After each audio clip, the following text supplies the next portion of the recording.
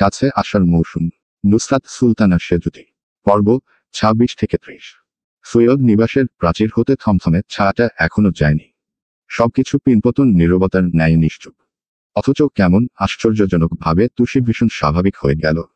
একটু আগে যে সাংঘাতিক এক ঝড় বয়েছে ওর ওপর, চেহারায় তার চিহ্ন মাত্র নেই।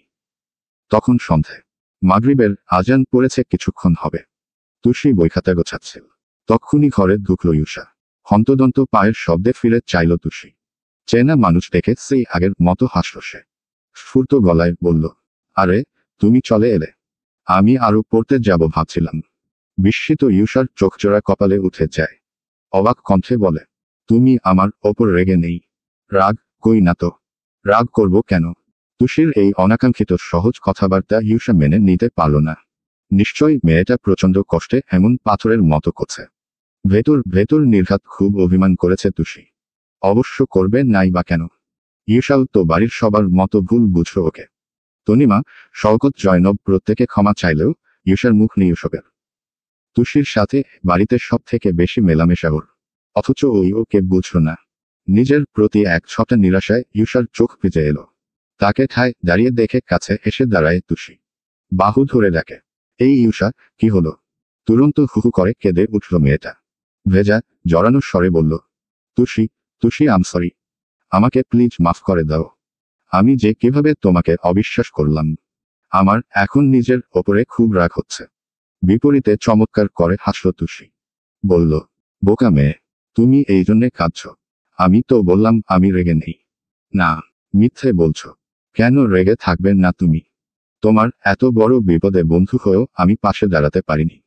আমার সাথে তো তোমার কথা বলাই উচিত না। ধুর, কি যে বলো তুমি। তুমি কি ভুল কিছু করেছ? আর 5টা মানুষ যা করত, আমাকে যা ভাবতো তুমিও তাই ভেবেছ। এখানে তোমার কোনো দোষ নেই ইউসা। আমি যে চোর, এটা তো সত্যি। আর চোরকে চোর ভাবা অন্যায় কবে থেকে হলো? ইউসা জড়োচড়ো করে কেঁদে উঠল ফের। তুষি চোখের পানিটা মুছিয়ে দিয়ে বলল, কেঁদো না ইউসা। আমার সত্যি তোমার ওপর কোনো অভিযোগ নেই। তুমি জানো, এই বাড়িতে আসার পর আমি কতবার এটা ওটা চুরি করতে গিয়েছিলাম। শুধু ওই বিটকেলের ভয়ে পিছিয়ে এসেছি। আবার ভাবতাম, বাইরেই তো যেতে পারি না। চুরি করে কি করব? আর সত্যি বলতে, খারাপকে সবাই খারাপই তো ভাবে। আমি চুরি করতাম, তাই চুরির প্রথম তীর আমার দিকেই এসেছিল। এটা আহামরি কোনো ব্যাপার নয়। শশব্যস্ত ওর হাত দুটো মুঠোয় ধরল ইউসা। কেঁদে কেঁদে বলল, আমি আর কখনো এমন করব না, তুষি। আর কোনোদিন অবিশ্বাস করব না তোমাকে। তুমি দেখো, এরপর থেকে যা ঘটবে যা হবে সব বিপদে ভাইয়ার মতো করে তোমার পাশে থাকবো আমি। ভাইয়ার মতোই লড়ব তোমার হয়ে। দেখো তুমি। তুষির কথার বান হারিয়ে গেল। হাসি হাসি দৃষ্টিউগল স্পন্দন খোয়াল সাথে সাথে। চোখের পর্দায় ভেসে উঠল সকালের সেই দৃশ্যরা। ইয়াসিরের অমন লড়ার স্বর। সদর্পে ঘোষণা করা, তুষি আমার স্ত্রী। ইউসা হাত ধরে ছাকাল। কি হলো, বলো কিছু। তুষি নড়ে ওঠে। বলে, হু, আচ্ছা বাবা, ঠিক আছে। এখন এসব নিয়ে চাপ নিও না তো। সাথে সিক্ত গালজোড়া মুছে দিল ফের। ইউসা বাচ্চাদের মতো বলল, তাহলে আমরা আবার আগের মতো তো? হেসে ফেলল তুষি। কণ্ঠে উচ্ছ্বাস নিয়ে বলল, অফকোর্স। এমন সামান্য কারণে আমাদের বন্ধুত্ব পাল্টে যাবে নাকি? তোমার ওই পেতনি বোনের এখনো এতটাও ক্ষমতা হয়নি বুঝলে। ইউসার চপচপে মুখখানায় এতক্ষণে আলো দেখা গেল। ঠোঁট মেলে হাসল সেও। পরপরই রেগেমেগে বলল, আইরিন আপুর ওপরে আমার যা রাগ উঠেছিল তখন। ইচ্ছে করছিল মেরে চাপার সব দাঁত ফেলে দিই। কত বড় খারাপ দেখলে। তুমি আগে চুরি করতে, তাই এই ব্যাপারে যে তোমাকে ফাঁসানো খুব সোজা সেটা বুঝেই অমন একটা কাজ করেছে আপু। ভাগ্যিস ভাইয়া ছিল, কি যে হতো না হলে। এমন করে ওর পেট থেকে কথা বের করতে আমি তো পারতামই না। আর লজ্জাও নেই যেন। এত বড় একটা কাণ্ডের পরেও কেমন সারাবাড়ি ঘুরে বেড়াচ্ছে। আমি হলে তো দরজায় খিল দিয়ে বসে থাকতাম। ওখানে গলে পচে মরে গেলেও জীবনে আর বাইরে আসতাম না। ইউসা মাথা নেড়ে নেড়ে সব কথা বলছে।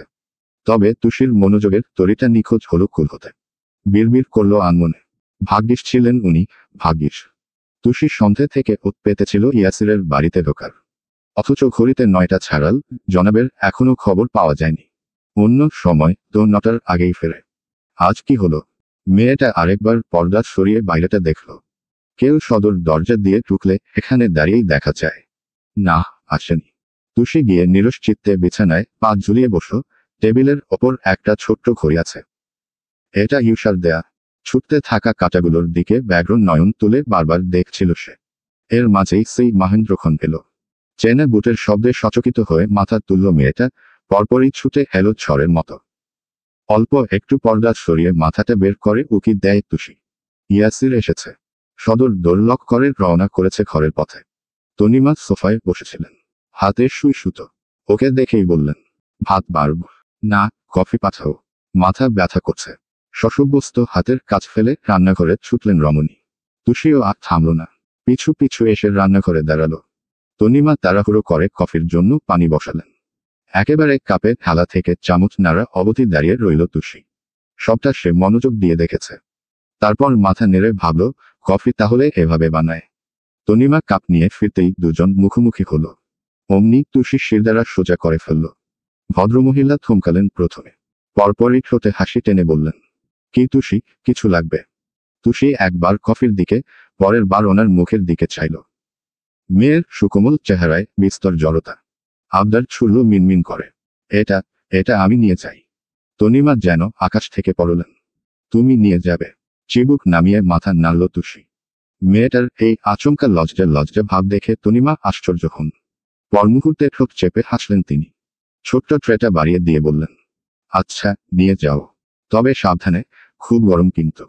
তুষি খুশি হয়ে গেল। কফিটা নিয়েই চড়ুই পাখির মতো ফুর্ত গতিতে পা বাড়াল তরিত। তনিমা শ্বাস টেনে হাসলেন, কেন যেন মনে হচ্ছে এই দূরত্ব কমার আর বিশেষ দেরি নেই।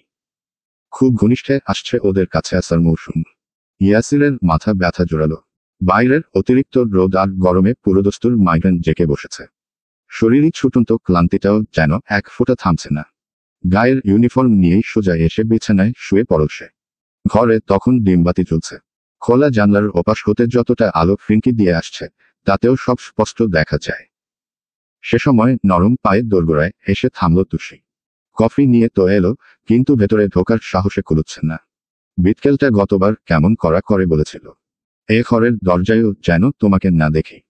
এখন যদি রেগেমেগে গুলি করে দেয়। চিন্তায় নুয়ে পড়তে পড়তেও সোজা হলো তুষি। বুক টানটান করে ভাবল, আমি তো আর এমনি এমনি আসিনি। কফি দিয়ে ওনার উপকার করতে এসেছি, উপকারীকে নিশ্চয়ই উনি কিছু বলবেন না। ঠোঁট ফুলিয়ে দম ফেলে ছট করে ঠুকে পড়ল তুষি। চোখজোড়া প্রথমেই গিয়ে খাটের ওপর পড়ল। লম্বালম্বি শুয়ে থাকা মানুষটাকে দেখে থতমত খেল এক চোট। ইয়াসিরের চোখ বন্ধ। কপালের ওপর পেশিবহুল ডান হাতটা আড়াড়ি রাখা। তুষি কি করবে বুঝতে পারছে না। কিছুক্ষণ দোনামোনা করে এগিয়ে এলো। কিন্তু যত সামনে আসছিল, কেমন আশ্চর্য রকম কাঁপুনিতে কাবু হলো ভেতরটা। ধুকপুক ধুকপুক শব্দের মাত্রা যে কি প্রকার। তুষি ভীষণ আস্তে করে কফির ট্রেটাকে রাখল টেবিলে। পিছু ফিরে দেখল, একই রকম শুয়ে আছে ইয়াসির।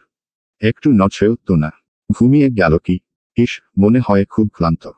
তুষির শ্বাসটা হঠাৎই বেড়ে গেল এবার। খুঁটে খুঁটে ইয়াসিরকে দেখার সুপ্ত এক ইচ্ছে মাথা চারা দিল।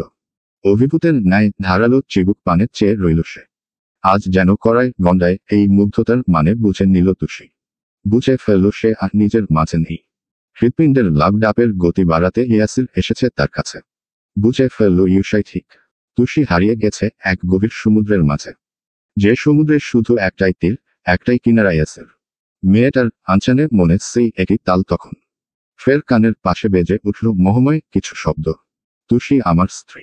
সাথে এক ছটকা শনশন বাতাসে ছুটে বেড়াল মাতাল শ্রীসুর। এলোমেলো হয়ে যায় মন। কেন আজ বুঝি না। দাবানল যেন ছড়াল, পার করে সীমানা। সাগরের মতো হারালো এ মনের কামনা। নিজেকেই দেখে লাগে আজ অচেনা অচেনা অচেনা। বাতাসে গুনগুন। ধ্যানে মগ্ন মেয়েটার হঠাৎ চোখ পড়ল ইয়াসিরের পায়ের দিকে। জুতো জোড়াও খোলেনি। তুষি নিঃশব্দে এসে ওর পায়ের কাছে হাঁটু মুড়ে বসল। হাতটা বাড়াতে নিয়েও গুটিয়ে আনলো একবার। গলা উঁচিয়ে ইয়াসিরকে ফের দেখল ভালো করে। না, জেগে নেই। তুষি সাহস করে জুতোয় হাত দিল। এক পায়েরটা খুলতে যেতেই এতক্ষণে নড়ে উঠল ইয়াসির। হাতটা চট করে সরাল কপাল থেকে। ভ্রুকুচকে চাইল পায়ের দিক। তুষিকে দেখেই তরাক করে উঠে বসল অমনি। কি হচ্ছে? তুষি লাফিয়ে উঠল। স্পর্ধা টর্ধা ফানুসের মতো উড়ে গেল হাওয়াতে। বাড়ানো হাতজোড়া এক চোট কাঁপুনিতে ফিরে এলো জায়গায়। ধরফর করে বলল, আমি তো কফি দিতে এসেছিলাম। সাথে আঙুলের ইশারায় অদূরের টেবিলটাকে দেখালো সে। ইয়াসির এক পল চেয়ে চোখ সরিয়ে আনল। মুখায়ব শিথিল হলেও ভারী গলায় সুথাল। তুমি নিয়ে এসেছ কেন? মা কোথায়? তুষি জিভে ঠোঁট ভেজায়। থেমে থেমে বলে, বাবা ডেকেছেন বলে আমাকে দিতে বলেছেন। ইয়াসির কপাল কুঁচকে চেয়ে রইল তাও। চোখমুখ দেখে পরিষ্কার, একদম বিশ্বাস করেনি। তুষি হড়বড় করে উঠল। সত্যি বলছি। বিশ্বাস না হলে ডেকে জিজ্ঞেস করতে পারেন। এখানে কি করছিলে? ইয়াসির মেঝের কথা বোঝাল। আর এতেই সব যুক্তি গুলিয়ে ফেলল মেয়েটা। মিথ্যে বলতে ও যতই পাকা হোক, ইয়াসিরের চোখ দেখলেই সব আটকে যায়। তুষি গাল চুলকে এদিক ওদিক তাকালো। বিটকেলটা যে কেন এত প্রশ্ন করে? কোন হতচ্ছাড়া একে পুলিশের চাকরি নিতে বলেছিল, সেটাকে হাতের কাছে পেলে মেরে তুষির রুটি বানিয়ে ফেলবে। কিছু জিজ্ঞেস করেছি। পুরু স্বরে চটক কাটার ন্যায় ফিরল সে। আমতা আমতা করে বলল, আসলে একটা ইঁদুর দেখলাম ঘরে। আমাকে দেখেই দৌড়ে খাটের নিচে ঢুকল। যদি আপনাকে কামড়ে টামড়ে দেয়, তাই আর কি উকি দিয়ে দেখছিলাম। ইয়াসিরের মুখের ধরন বদলালো। আরও পাথুরে হলো তা। নিশ্চিত এইবারেও বিশ্বাস করেনি। নির্লিপ্ততা, ঠান্ডা চোখের চাউনিতে তুষি নেতিয়ে আসে। সোজাসুজি চেয়ে থাকতে পারে না। ফ্লোরে এলোমেলো পাতা ফেলে চোখের। ইয়াসির নিরেট কণ্ঠে বলল, যাও এখন। তুষি মাথা তুলল। শুনতে পায়নি এমন ভাবে সুথাল। যেতে বলেছি। কথাটায় বাধ্যের মতো ঘাড় নাড়ল মেয়েটা। ততক্ষণে টেবিল থেকে কফি মগ হাতে তুলেছে ইয়াসির। তুষি উঠে দাঁড়ালেও এক ফোঁটা নড়ল না। ইয়াসির কাপে চুমুক দিতে গিয়েও থামল। ওকে ঠায় দাঁড়ানো দেখে প্রশ্ন ছুড়ল হাস্যহীন। কিছু বলবে? তুষির অন্তপট উসকুস করছে খুব। নিশপিসে ভাব নিয়ে চৌচির হচ্ছে জিভটা। মনের এই দোলাচলে বেচারি বেশিক্ষণ টিকে থাকতে পারল না। বলেই ফেলল মুখ ফসকে, আপনার না মাথা ব্যথা? টিপে দেই। মহাভারত অশুদ্ধ হওয়ার মতো চাইল ইয়াসির। আকাশ ছোঁয়া গাম্ভীর্যতা কণ্ঠে এনে বলল, আমি বলেছি। স্বর শুনেই নিভে গেল তুষি। সজোরে মাথা নাড়ল দুপাশে। ইয়াসির মেঘমন্ত্র কণ্ঠে বলল, তখন সবার সামনে স্ত্রী বলেছি দেখে কি সত্যি স্ত্রী হতে চলে এসেছ? সেটা শুধুমাত্র আইরিনের সামনে তোমার সম্মান রাখতে বলেছিলাম। এত সিরিয়াসলি নেয়ার কিছু হয়নি। তুষি চুপ। চেহারায় খুব একটা পরিবর্তন এলো না। উল্টে মনে মনে ভাবল, আমি কিভাবে নেব না নেব সে আমার ব্যাপার। My decision. আপনার তাতে কি? মুখে বলল, আচ্ছা। ইয়াসির খেপে গেল। কি আচ্ছা? আই চোর, যেতে বলেছি না তোমাকে। যাচ্ছি তো। এমন করছেন কেন? ইয়াসির চোখ পাকায়। যাও আগে। তুষি ধুপোথাপ পায়ে তোর অবধি এলো। কি মনে করে থেমে আবার ছুটে গিয়ে দাঁড়ালো ওর সামনে। একটা কথা বলতাম। ইয়াসিরের কপালে গাঢ় ভাঁজ পড়ল। দৃষ্টিতে বিরক্তি। অথচ মেয়েটা কোমল স্বরে বলল, আমাকে একটু দাদির সাথে দেখা করতে দিন না। কতদিন হয়ে গেল দাদিকে দেখিনি। একটু বাইরে যেতে দিচ্ছেন না। সামনে আমার জন্মদিন। দাদির হাতের সেমাই ছাড়া আমি কোনোদিনও জন্মদিন করিনি। দেখা করতে দেবেন একটু। তুষির চোখে অনুনয়। ইয়াসিরের উত্তর শোনার আগ্রহ। অথচ পাষণ্ডটা মুখের ওপর বলল, না। তুষির মুখ কালো হয়ে আসে। প্লিজ। ও কড়া কণ্ঠে বলল, আমি এক কথা দুবার বলা পছন্দ করি না। তুষির উদ্ভাসনায় এক ঘটি জল দিতে এটুকুই যথেষ্ট আজ। ব্যর্থ শ্বাস ফেলল মেয়েটা। ফিরে আসতে নিয়েও আবার একই জায়গায় দাঁড়ালো। গলা তুলে বলল, আরেকটা কথা ছিল। মহাবিরক্ত চোখে চাইল ইয়াসির। সমস্যা কি তোমার? আমার না তো, আপনার। কি হো? না মানে, আপনি হাসতে পারেন না। সব সময় মুখটাকে এমন বাংলার পাঁচ করে রাখেন কেন? আপনি কি রামগরুরের ছানা যে হাসতে আপনার মানা? তুষি গড়গড় করে বলল, যেন সব ভয় ডর কোথাও একটা ছুঁড়ে ফেলে দিয়েছে।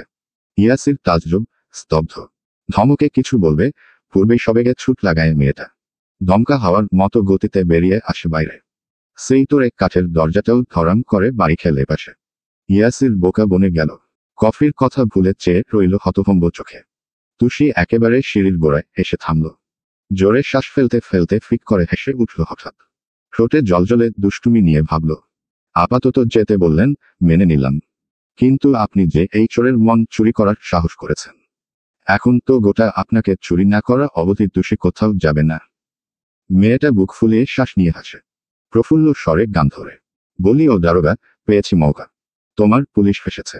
পরাণ আমার ভালোবেসেছে, ও দারোগা পরাণ আমার ভালোবেসেছে। কি ব্যাপার, রাত দুপুরে বানরের মতো লাফাচ্ছ কেন? হয়েছেটা কি? তুষির নাচানাচি উল্লাস সব থেমে গেল অমনি। চকিতে ফিরে চাইল পেছনে। রেহনুমার হাতে চক। নিচ থেকে পানি আনতে যাচ্ছেন। বিরক্তিতে চেহারা কুচকে বসেছে একচট। তুষিকে এমন হাত পা ছুঁড়ে লাফাতে দেখে প্রথম দফায় পরকালেও মাথা ঘামানোর ইচ্ছে হলো না আর। কেমন খোমখুম করে বললেন, দেখি, সরে দাঁড়াও। বাধ্য মেয়ের মতো এক পাশে সরে এলো তুষি। রেহনুমা সিঁড়িতে কেবল পা রেখেছেন, আচমকা বলল সে, আপনাকে দেখে আমার খুব অবাক লাগে জানেন।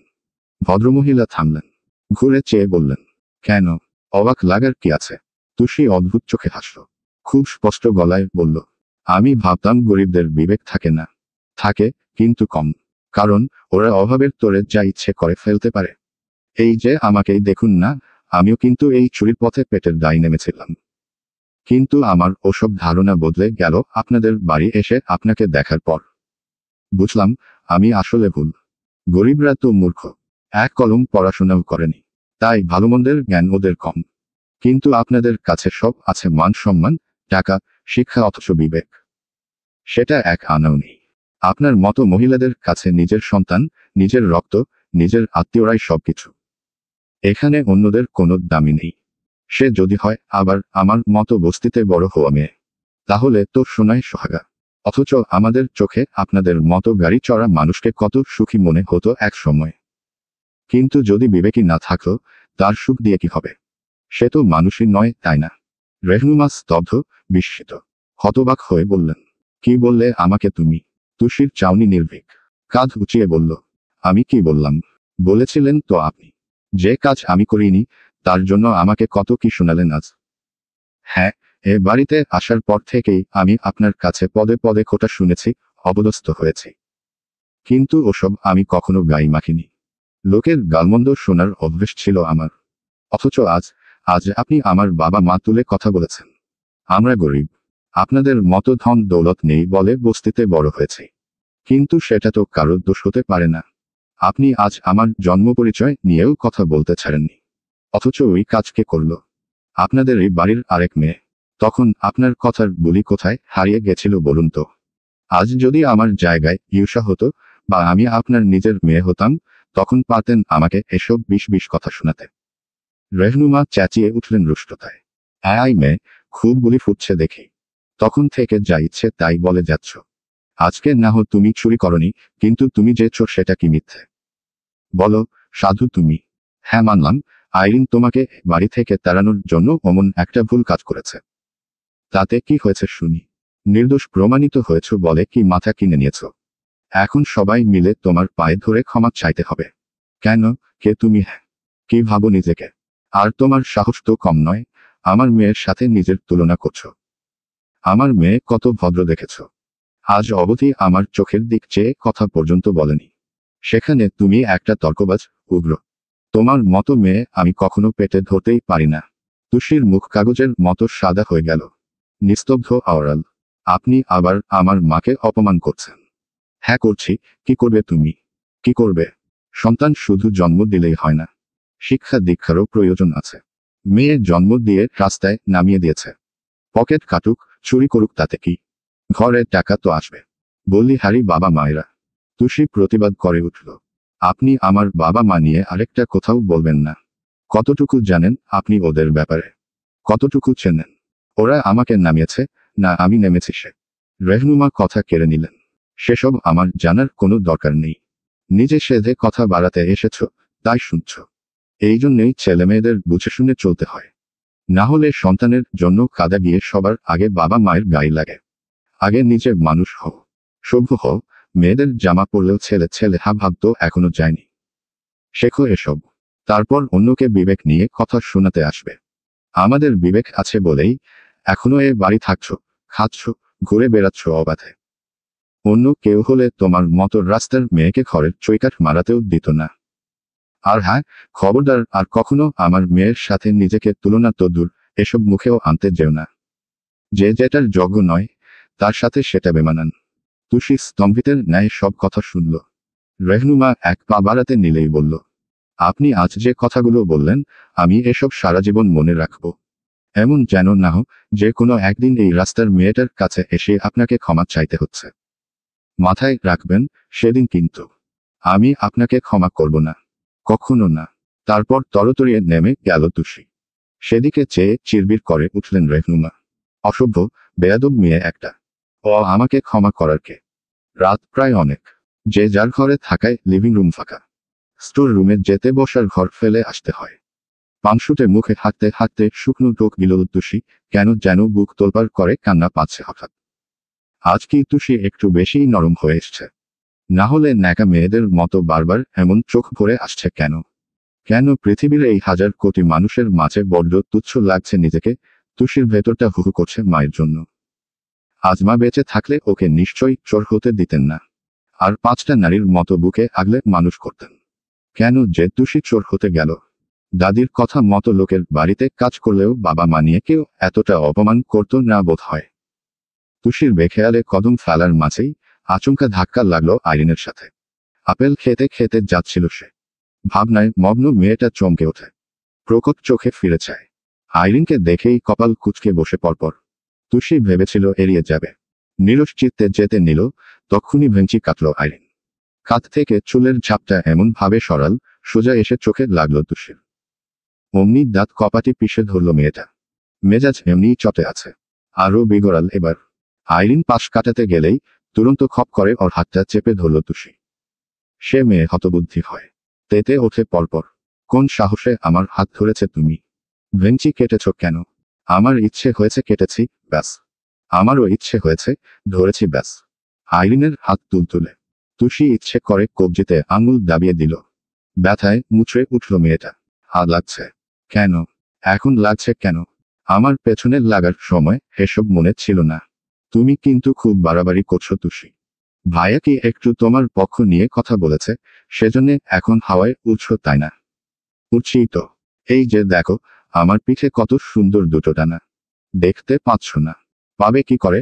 মনের মাঝে শয়তানি থাকলে এমন ভালো জিনিসও দেখতে পাওয়া যায় না। হাত ছাড়ো আমার। খুব খারাপ হয়ে যাবে কিন্তু। তুষি নিরুৎসাহিত বলল, হো খারাপ? আমিও খারাপ, তুমিও খারাপ। আরেকটু খারাপ হলে দোষ কি? ও আরো ইচ্ছে করে বাঁধন শক্ত করল। ব্যথায় চোখ মুখ খিচে নিল আইরিন, পরপরই কটম দিয়ে বলল, তোমাকে আমি। মেয়েটা অন্য হাত তুলল সপাটে এক চড় মারবে বলে, চট করে ধরে রাখা হাতটা পিঠের সাথে মুচড়ে ধরল তুষি। এই ভুল করতে যেও না যায়নি। কসম আল্লাহর, একেবারে হাত ভেঙে গলায় ঝুলিয়ে দেব। আইরিন আর্তনাদ করে উঠল। লাগছে আমার, ছাড়ো। কি ভেবেছিলে তুষি ফুটবল মিনমিন করছে মানে গায়ে জোর নেই? এই হাত দিয়ে ছোটবেলায় ইট ভেঙেছি, পুকুর সাঁতরে মাছ ধরেছি, লোকের গাছে তিল মেরে ফল পেরেছি। আর তুমি এসেছো তোমার এই নেলপলিশ পরা হাত দিয়ে আমাকে মারতে। ভেবেছিলাম বয়সে বড় দেখে সম্মান দেব, কিন্তু না, তুমি শালী সম্মানের যোগ্য নও। তুমি আমাকে গালি দিলে। দিলাম। বস্তিতে বড় হয়েছি তো, এর চেয়েও সুন্দর গালি জানি। ভদ্রতার দাম যখন দিচ্ছ না, শোনাবো সেসব। রেহনুমা তক্ষুনি হাজির হলেন সেখানে। বসার ঘরের এই দৃশ্যের রমণীর মাথা চক্কর দিল। চেঁচিয়ে উঠলেন হতভম্বতায়, এ কি? এসব কি হচ্ছে? এই মেয়ে ছাড়ো, ওকে ছাড়ো। তুষি এক কথায় ছেড়ে দিল। খাঁচা থেকে ছাড়া পাওয়া মুক্ত পাখির মতো ছটফট করে সরে এলো আইরিন। টলমলে চোখে বলল, মামি, আমার হাতটা বোধ হয় ভেঙে গেল। রেহনুমা ছুটে এলেন। আইরিনকে আগলে ধমকে বললেন তুষিকে, তুমি তো আসলেই একটা চূড়ান্ত অশুভ মেয়ে। এভাবে কেউ মানুষের হাত মুছে ধরে? আপা আপা, দেখে যাও ডাকাত মেয়েটা কি করেছে, দেখে যাও। তনিমার সারা শব্দ এলো না। তুষি বলল, মনে হয় ঘুমিয়ে গেছে। আমি গিয়ে ডেকে আনবো। ফাজলামো করছো? খুব সাহস বেড়েছে দেখছি। সার্থকে বলছি দাঁড়াও। তুষি হাসল। ভয়েই পেল না আজ। উল্টে বুক চিতিয়ে বলল, বলে দিন। বললে কি হবে? নালিশ করে বালিশ তো আর পাবেন না। কারণ উনি আমার হয়েই কথা বলবেন আমি জানি। তারপর আইরিনের পানে ক্ষিপ্ত চোখে চাইল সে।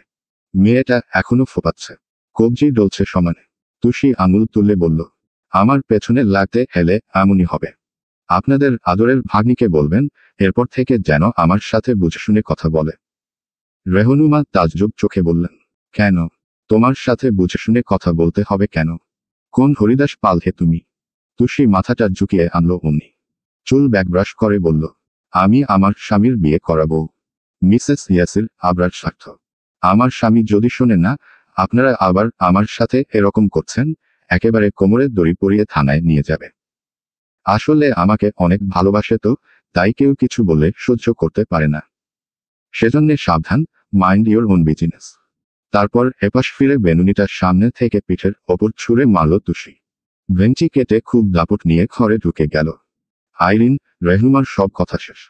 দুজনেই নির্বাক বনে মেয়েটাকে দেখে গেল শুধু। সকালের আলোটা সবে সবে হাত পা মেলে চেয়েছে। ঘড়িতে সময়ের ঠিক নেই। তুষির ঘুম ভাঙল তখনই। হাই তুলতে তুলতে বিছানা ছেড়ে নামল। একেবারে চোখ মুখ ধুয়ে যখন বসার ঘরে এলো, সবকিছু নিশ্চুপ তখনও। এমা, কেউ ওঠেনি। দেওয়ালে ঝোলানো বিশালাকা ঘড়িটায় চাইল ও। মাত্র 6টা বাজে। হায় হায়, জীবনে প্রথম এত ভোরে উঠল সে।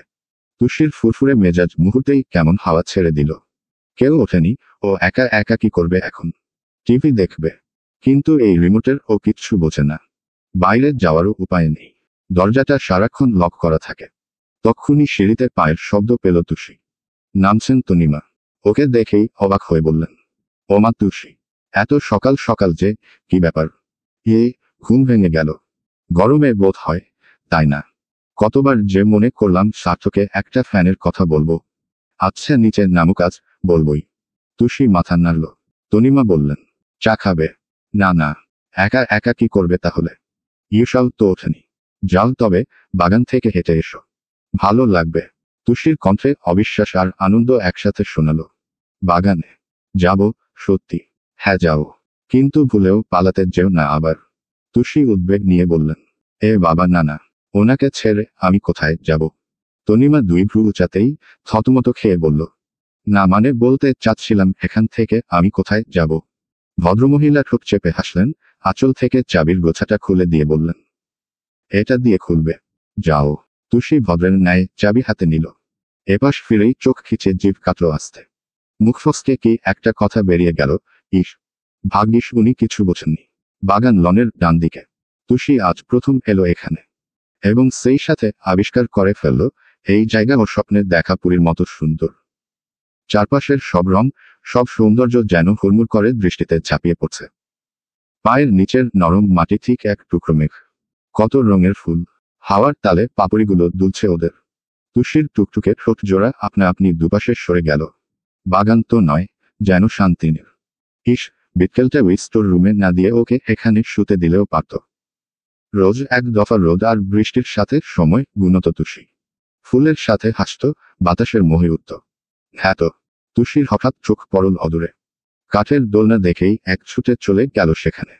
স্ফূর্ত চিত্তে বসল তারপর। এক পায়ে ভর দিয়ে ধাক্কা দিতেই দোলনা দুলে ওঠে। তার শীর্ণ শরীর সহ বাতাসে উড়ে বেড়ায়। তুষি আনন্দে খলবলিয়ে উঠল। খিলখিলে এক হাসি কণ্ঠ ফুলে ছিটকে এসে লুটিয়ে পড়ল বাতাসে। ইয়াসিরের আজ থানায় যাওয়ার তাড়া নেই। তাও স্বভাবসুলভ নিয়মমাফিক সকাল সকালই উঠল সে। তনিমা এর মাঝে কফি দিয়ে গেলেন। ধোয়ায় ভরতি মগ নিয়ে বারান্দার থাই গ্লাস সরিয়ে মাত্রই এসে দাঁড়িয়েছে সে। কোত্থেকে ভেসে আসা হাসির ঝঙ্কার শুনে মগে চুমুক দিতে গিয়েও থামল ইয়াসির। ঘাড় ফিরিয়ে চাইল ভালো করে। দোলনায় দুলতে থাকা হলুদ জামা পরা মেয়েটা উঠছে না। তুষি। ইয়াসিরের কপাল বেঁকে গেল অমনি। বিড়বিড় করে বলল, এই চোর বাইরে গেল কি করে? তুষি যখন ভুবন ভুলে দুলছিল, আচমকা দুটো হাতে এসে কাঠটা ঠেলে দিল একটু। দোলনার শিকল গায়ের জোর দেখাতেই হকচকিয়ে ফিরল তুষি। সহসা চমৎকার করে হাসল অয়ন। Good morning. অমনি এক লাফ দিয়ে উঠে দাঁড়ায় মেয়েটা। অয়ন ভ্রু চাল।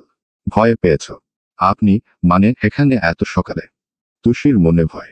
দাদি বলেছে খুব সকাল আর সন্ধ্যায় জিন মানুষের লেবাস ধরে খোরাখুরি করে। কোনোভাবে এটাও জিন না তো? অয়নের কণ্ঠ স্বাভাবিক। বলল, বাগানে আমি রোজ সকালেই আসি। আজকেও ওখানে বসে পড়ছিলাম। তোমাকে দেখেই উঠে আসা। হাত দিয়ে অদূরের চেয়ার টেবিল দেখালো সে। তার উপর দুটো মোটা মোটা বই দেখে চোখ কপালে তুলল তুষি। বাবা, এরা সারাদিন পড়ে। নিশ্চিন্ত মেয়েটা মাথা নাড়ল এবার। হাসল এতক্ষণে। বলল, ওহ, তাহলে চিন্তা নেই। কিসের চিন্তা? কিছু না, এমনি। তুষি বোকা বোকা হাসছে। কথা এড়াতে বলল, আপনাদের গাছে অনেক ফুল। কত সুন্দর সুন্দর গোলাপ। আমার অনেক ভালো লেগেছে জায়গাটা। আমাকে যদি প্রতিদিন আসতে দিত। তুমি আসতে চাও? তুষি ঘাড় নাড়ল সজোরে। বেশ, আমি ব্যবস্থা করে দেব। তবে উল্টোপাল্টা কিছু করা যাবে না। না না, একদম না। আমি ভালো হয়ে যাচ্ছি। অয়ন চুপ করে গেল। সময় নিয়ে কাটিয়ে তুলল ইস্তফাব। আস্তে ধীরে বলল, তুষি, আসলে কিভাবে বলবো বুঝতে পারছি না। কালকের জন্য আমি এক্সট্রিমলি সরি। তখন খুব জরুরি কাজ থাকায় বেরিয়ে যেতে হয়েছিল, ফিরলামও রাত করে। তাই তোমার সাথে দেখা হয়নি। প্লিজ, কালকের ব্যাপারটা নিয়ে কিছু মনে করো না, প্লিজ। এত অনুনয়ের পিঠে মাছি তাড়ানোর মতো হাত নাড়ল তুষি।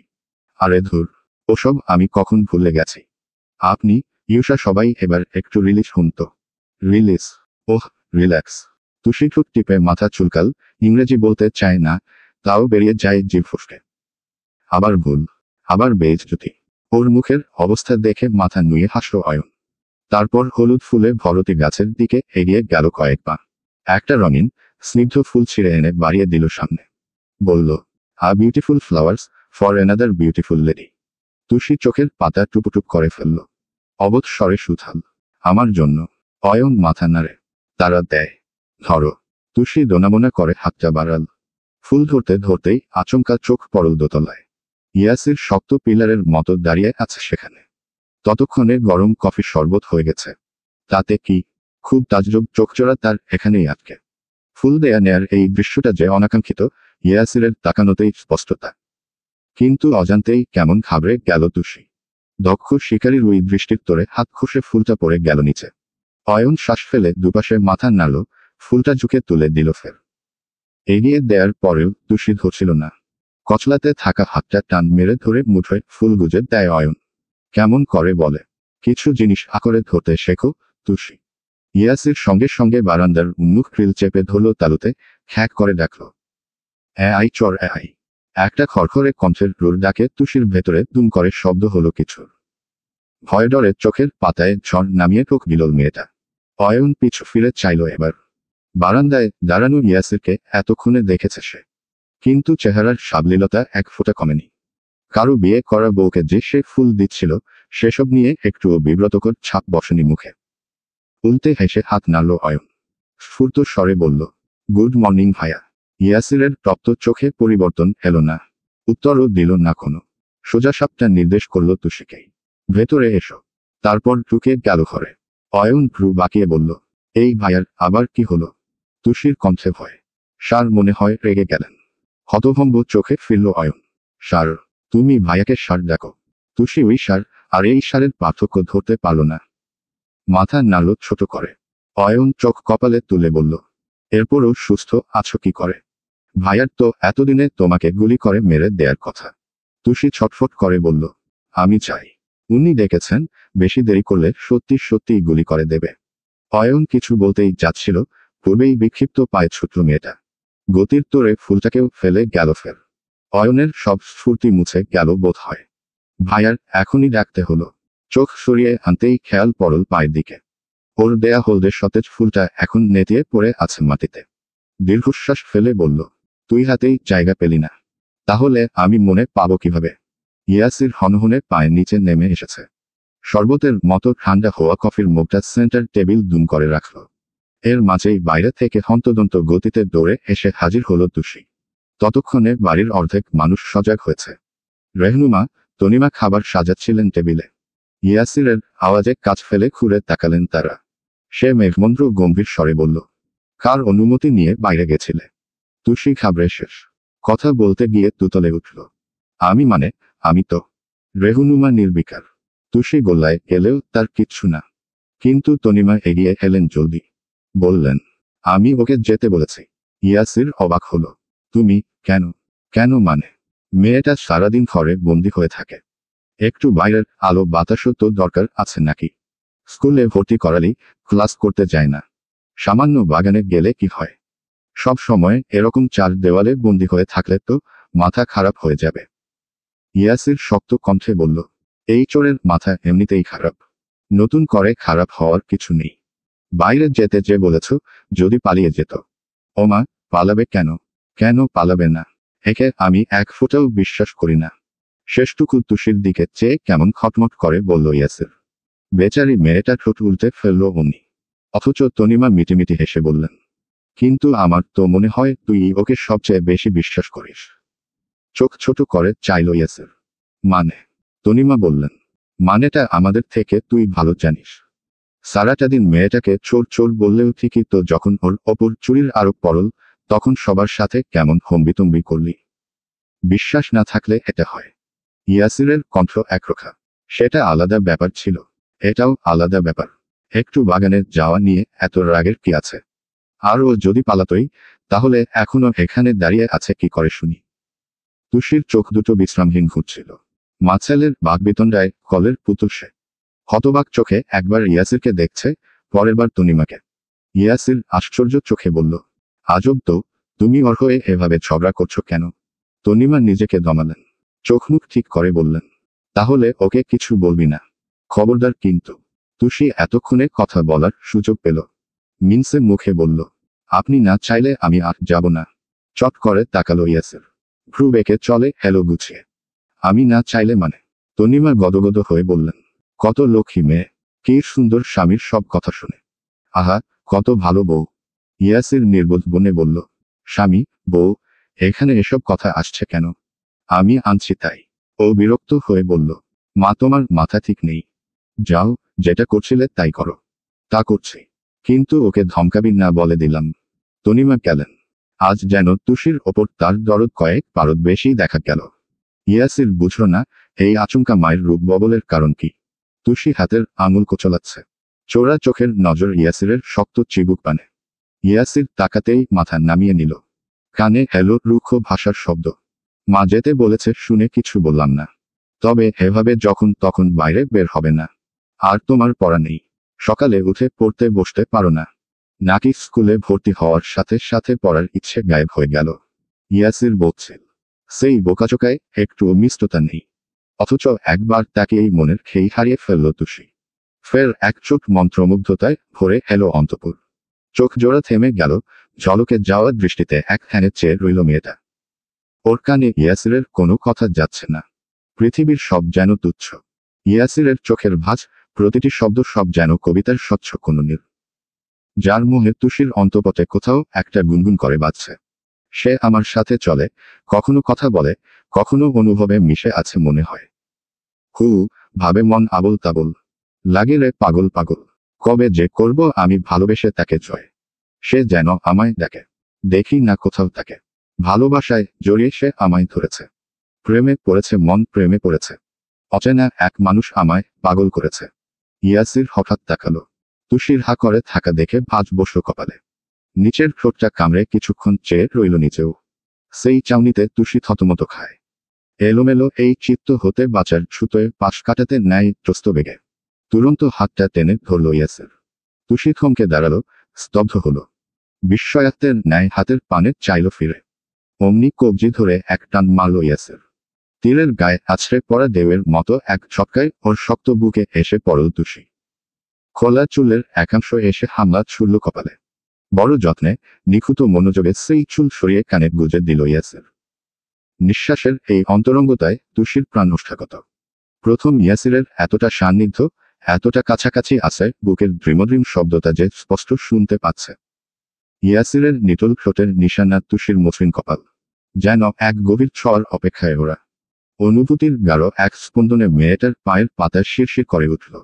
তপ্ত অধরের স্পর্শ পাওয়ার আকাঙ্ক্ষায় ঢোক দিলে চোখ খিচে বুঝেন নেয় সে। কেউ ধমকে ওঠে তক্ষুনি, আই চোর, কথা কানে যাচ্ছে। তুষির বুক ছাত করে উঠল। চোখ মেলল ধরফিয়ে। তরাক চাউনিজোড়া অমনি বিধ্বস্ত হল। সে কোথায়, আর ইয়াসির কোথায়? কিসের সেই কাছাকাছি? বিটকেলটা তো ওর থেকে এক হাত দূরে দাঁড়িয়ে। তাহলে এসব কল্পনা। তুষির লজ্জায় মাটিতে মিশে গেল। যে মানুষটা ওর দিকে ভালো করে তাকায়ও না, ও কিনা তাকে নিয়ে চুমুচামাটির অবধি ভেবে ফেলেছে।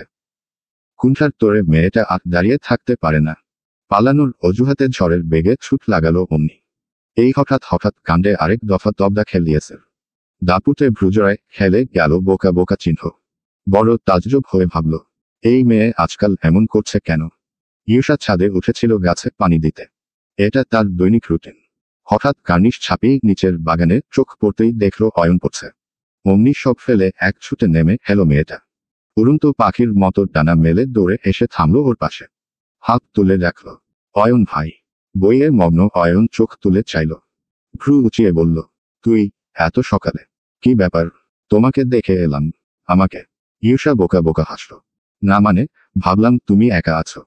বসে বসে কি করবে? অয়ন চোখের ইশারায় পাশের চেয়ার দেখালো। বস। বসল মেয়েটা। তার শরীরের কোথাও এক প্রস্থ জড়তা। গাল জোড়ায় লজ্জা কয়েক শতক। দৃষ্টির কোণে নরম আহ্লাদ মেখে অয়নকে দেখল কয়েকবার।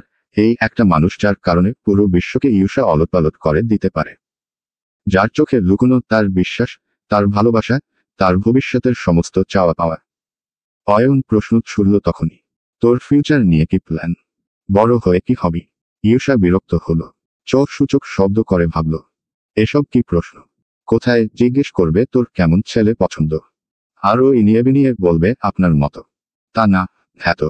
কণ্ঠে অসন্তোষ নিয়ে বলল, জানি না, কিছু একটা হতে পারলেই হবে। অয়ন হতাশ চোখে চাইল, তোর লজ্জা করবেন না ঈর্ষা? আমি আর ভাইয়া এত ভালো রেজাল্ট করলাম, আর তুই যদি। ঈর্ষা পুরোটা শুনল না, ব্যগ্র চিত্তে প্রশ্ন করল মাঝপথে, তোমার সব বন্ধুদের কি বিয়ে হয়ে গেছে অয়ন ভাই? অয়ন তবদা খেয়ে বলল, আমি তোকে কি বললাম, আর তুই কি বলছিস? ঈর্ষা অপ্রস্তুত হাসল, না আসলে আমি ভাবছিলাম যে তুমি কবে বিয়ে করবে। আমার বিয়ে দিয়ে তোর কি কাজ? ও মনে মনে বলল, আমারই তো সব কাজ। তুমি বিয়ে না করলে আমি কিভাবে বউ সাজব? ফের সুথাল, আচ্ছা অয়ন ভাই, তোমার কাউকে ভালো লাগে না? এক একটা প্রশ্নে বিস্ময়ের তোরে হোঁচট খাচ্ছে অয়ন। ঈর্ষার মুখে এমন কথাবার্তা ও এর আগে শোনেনি। বইটা বন্ধ করে পুরোপুরি ঘুরে বসল এবার।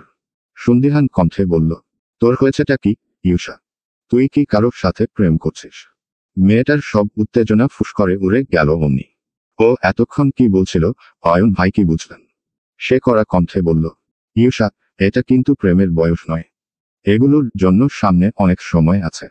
এখন পড়াশোনার সময়, পড়াশোনা কর। ঈর্ষা ঠোঁট ফুলিয়ে বলল, প্রেমে পড়লে বুঝি পড়াশোনা হয় না? অয়নের কণ্ঠে সতর্ক, এর মানে আমি ঠিক ধরেছি, তাই তো? চাচু জানে এসব? ঈর্ষার চোখ বেরিয়ে আসার পথে উদ্বেগ নিয়ে বলল, এ বাবা না না, আমি আবার কার সাথে প্রেম করব? আমি তো ভালো মেয়ে। অয়নের কণ্ঠ সন্দেহী, কত ভাগ সত্যি? সবেগে মাথা ঝাঁকায় সে, 119 ভাগ, আর বাকি 1 ভাগ। ঈর্ষা বিড়বিড় করল, ওটা তো তোমার কাছে। ওকে চুপ দেখে প্রসঙ্গ আর খাটাল না অয়ন। একটু পরিয়ে আবার কথা বলল ঈর্ষা, আচ্ছা, সব সময় পড়তে তোমার বিরক্ত লাগে না অয়ন ভাই? না, তাহলে এমন একা একা চুপচাপ থাকো যে এতেও বিরক্ত লাগে না? আমি চুপচাপ থাকি তো কি, কথা বলার জন্য তুই আছিস না। ব্যালেন্স তো হচ্ছে। ঈর্ষা কি বুঝে নিল কে জানে। নিজের মতো হিসেব সাজিয়ে বুকের ভেতরটায় আলোড়ন তুলে ফেলল। ঘাড় নেড়ে ভাবল, তাই তো, দুজনেই কথা বললে শুনবে কে?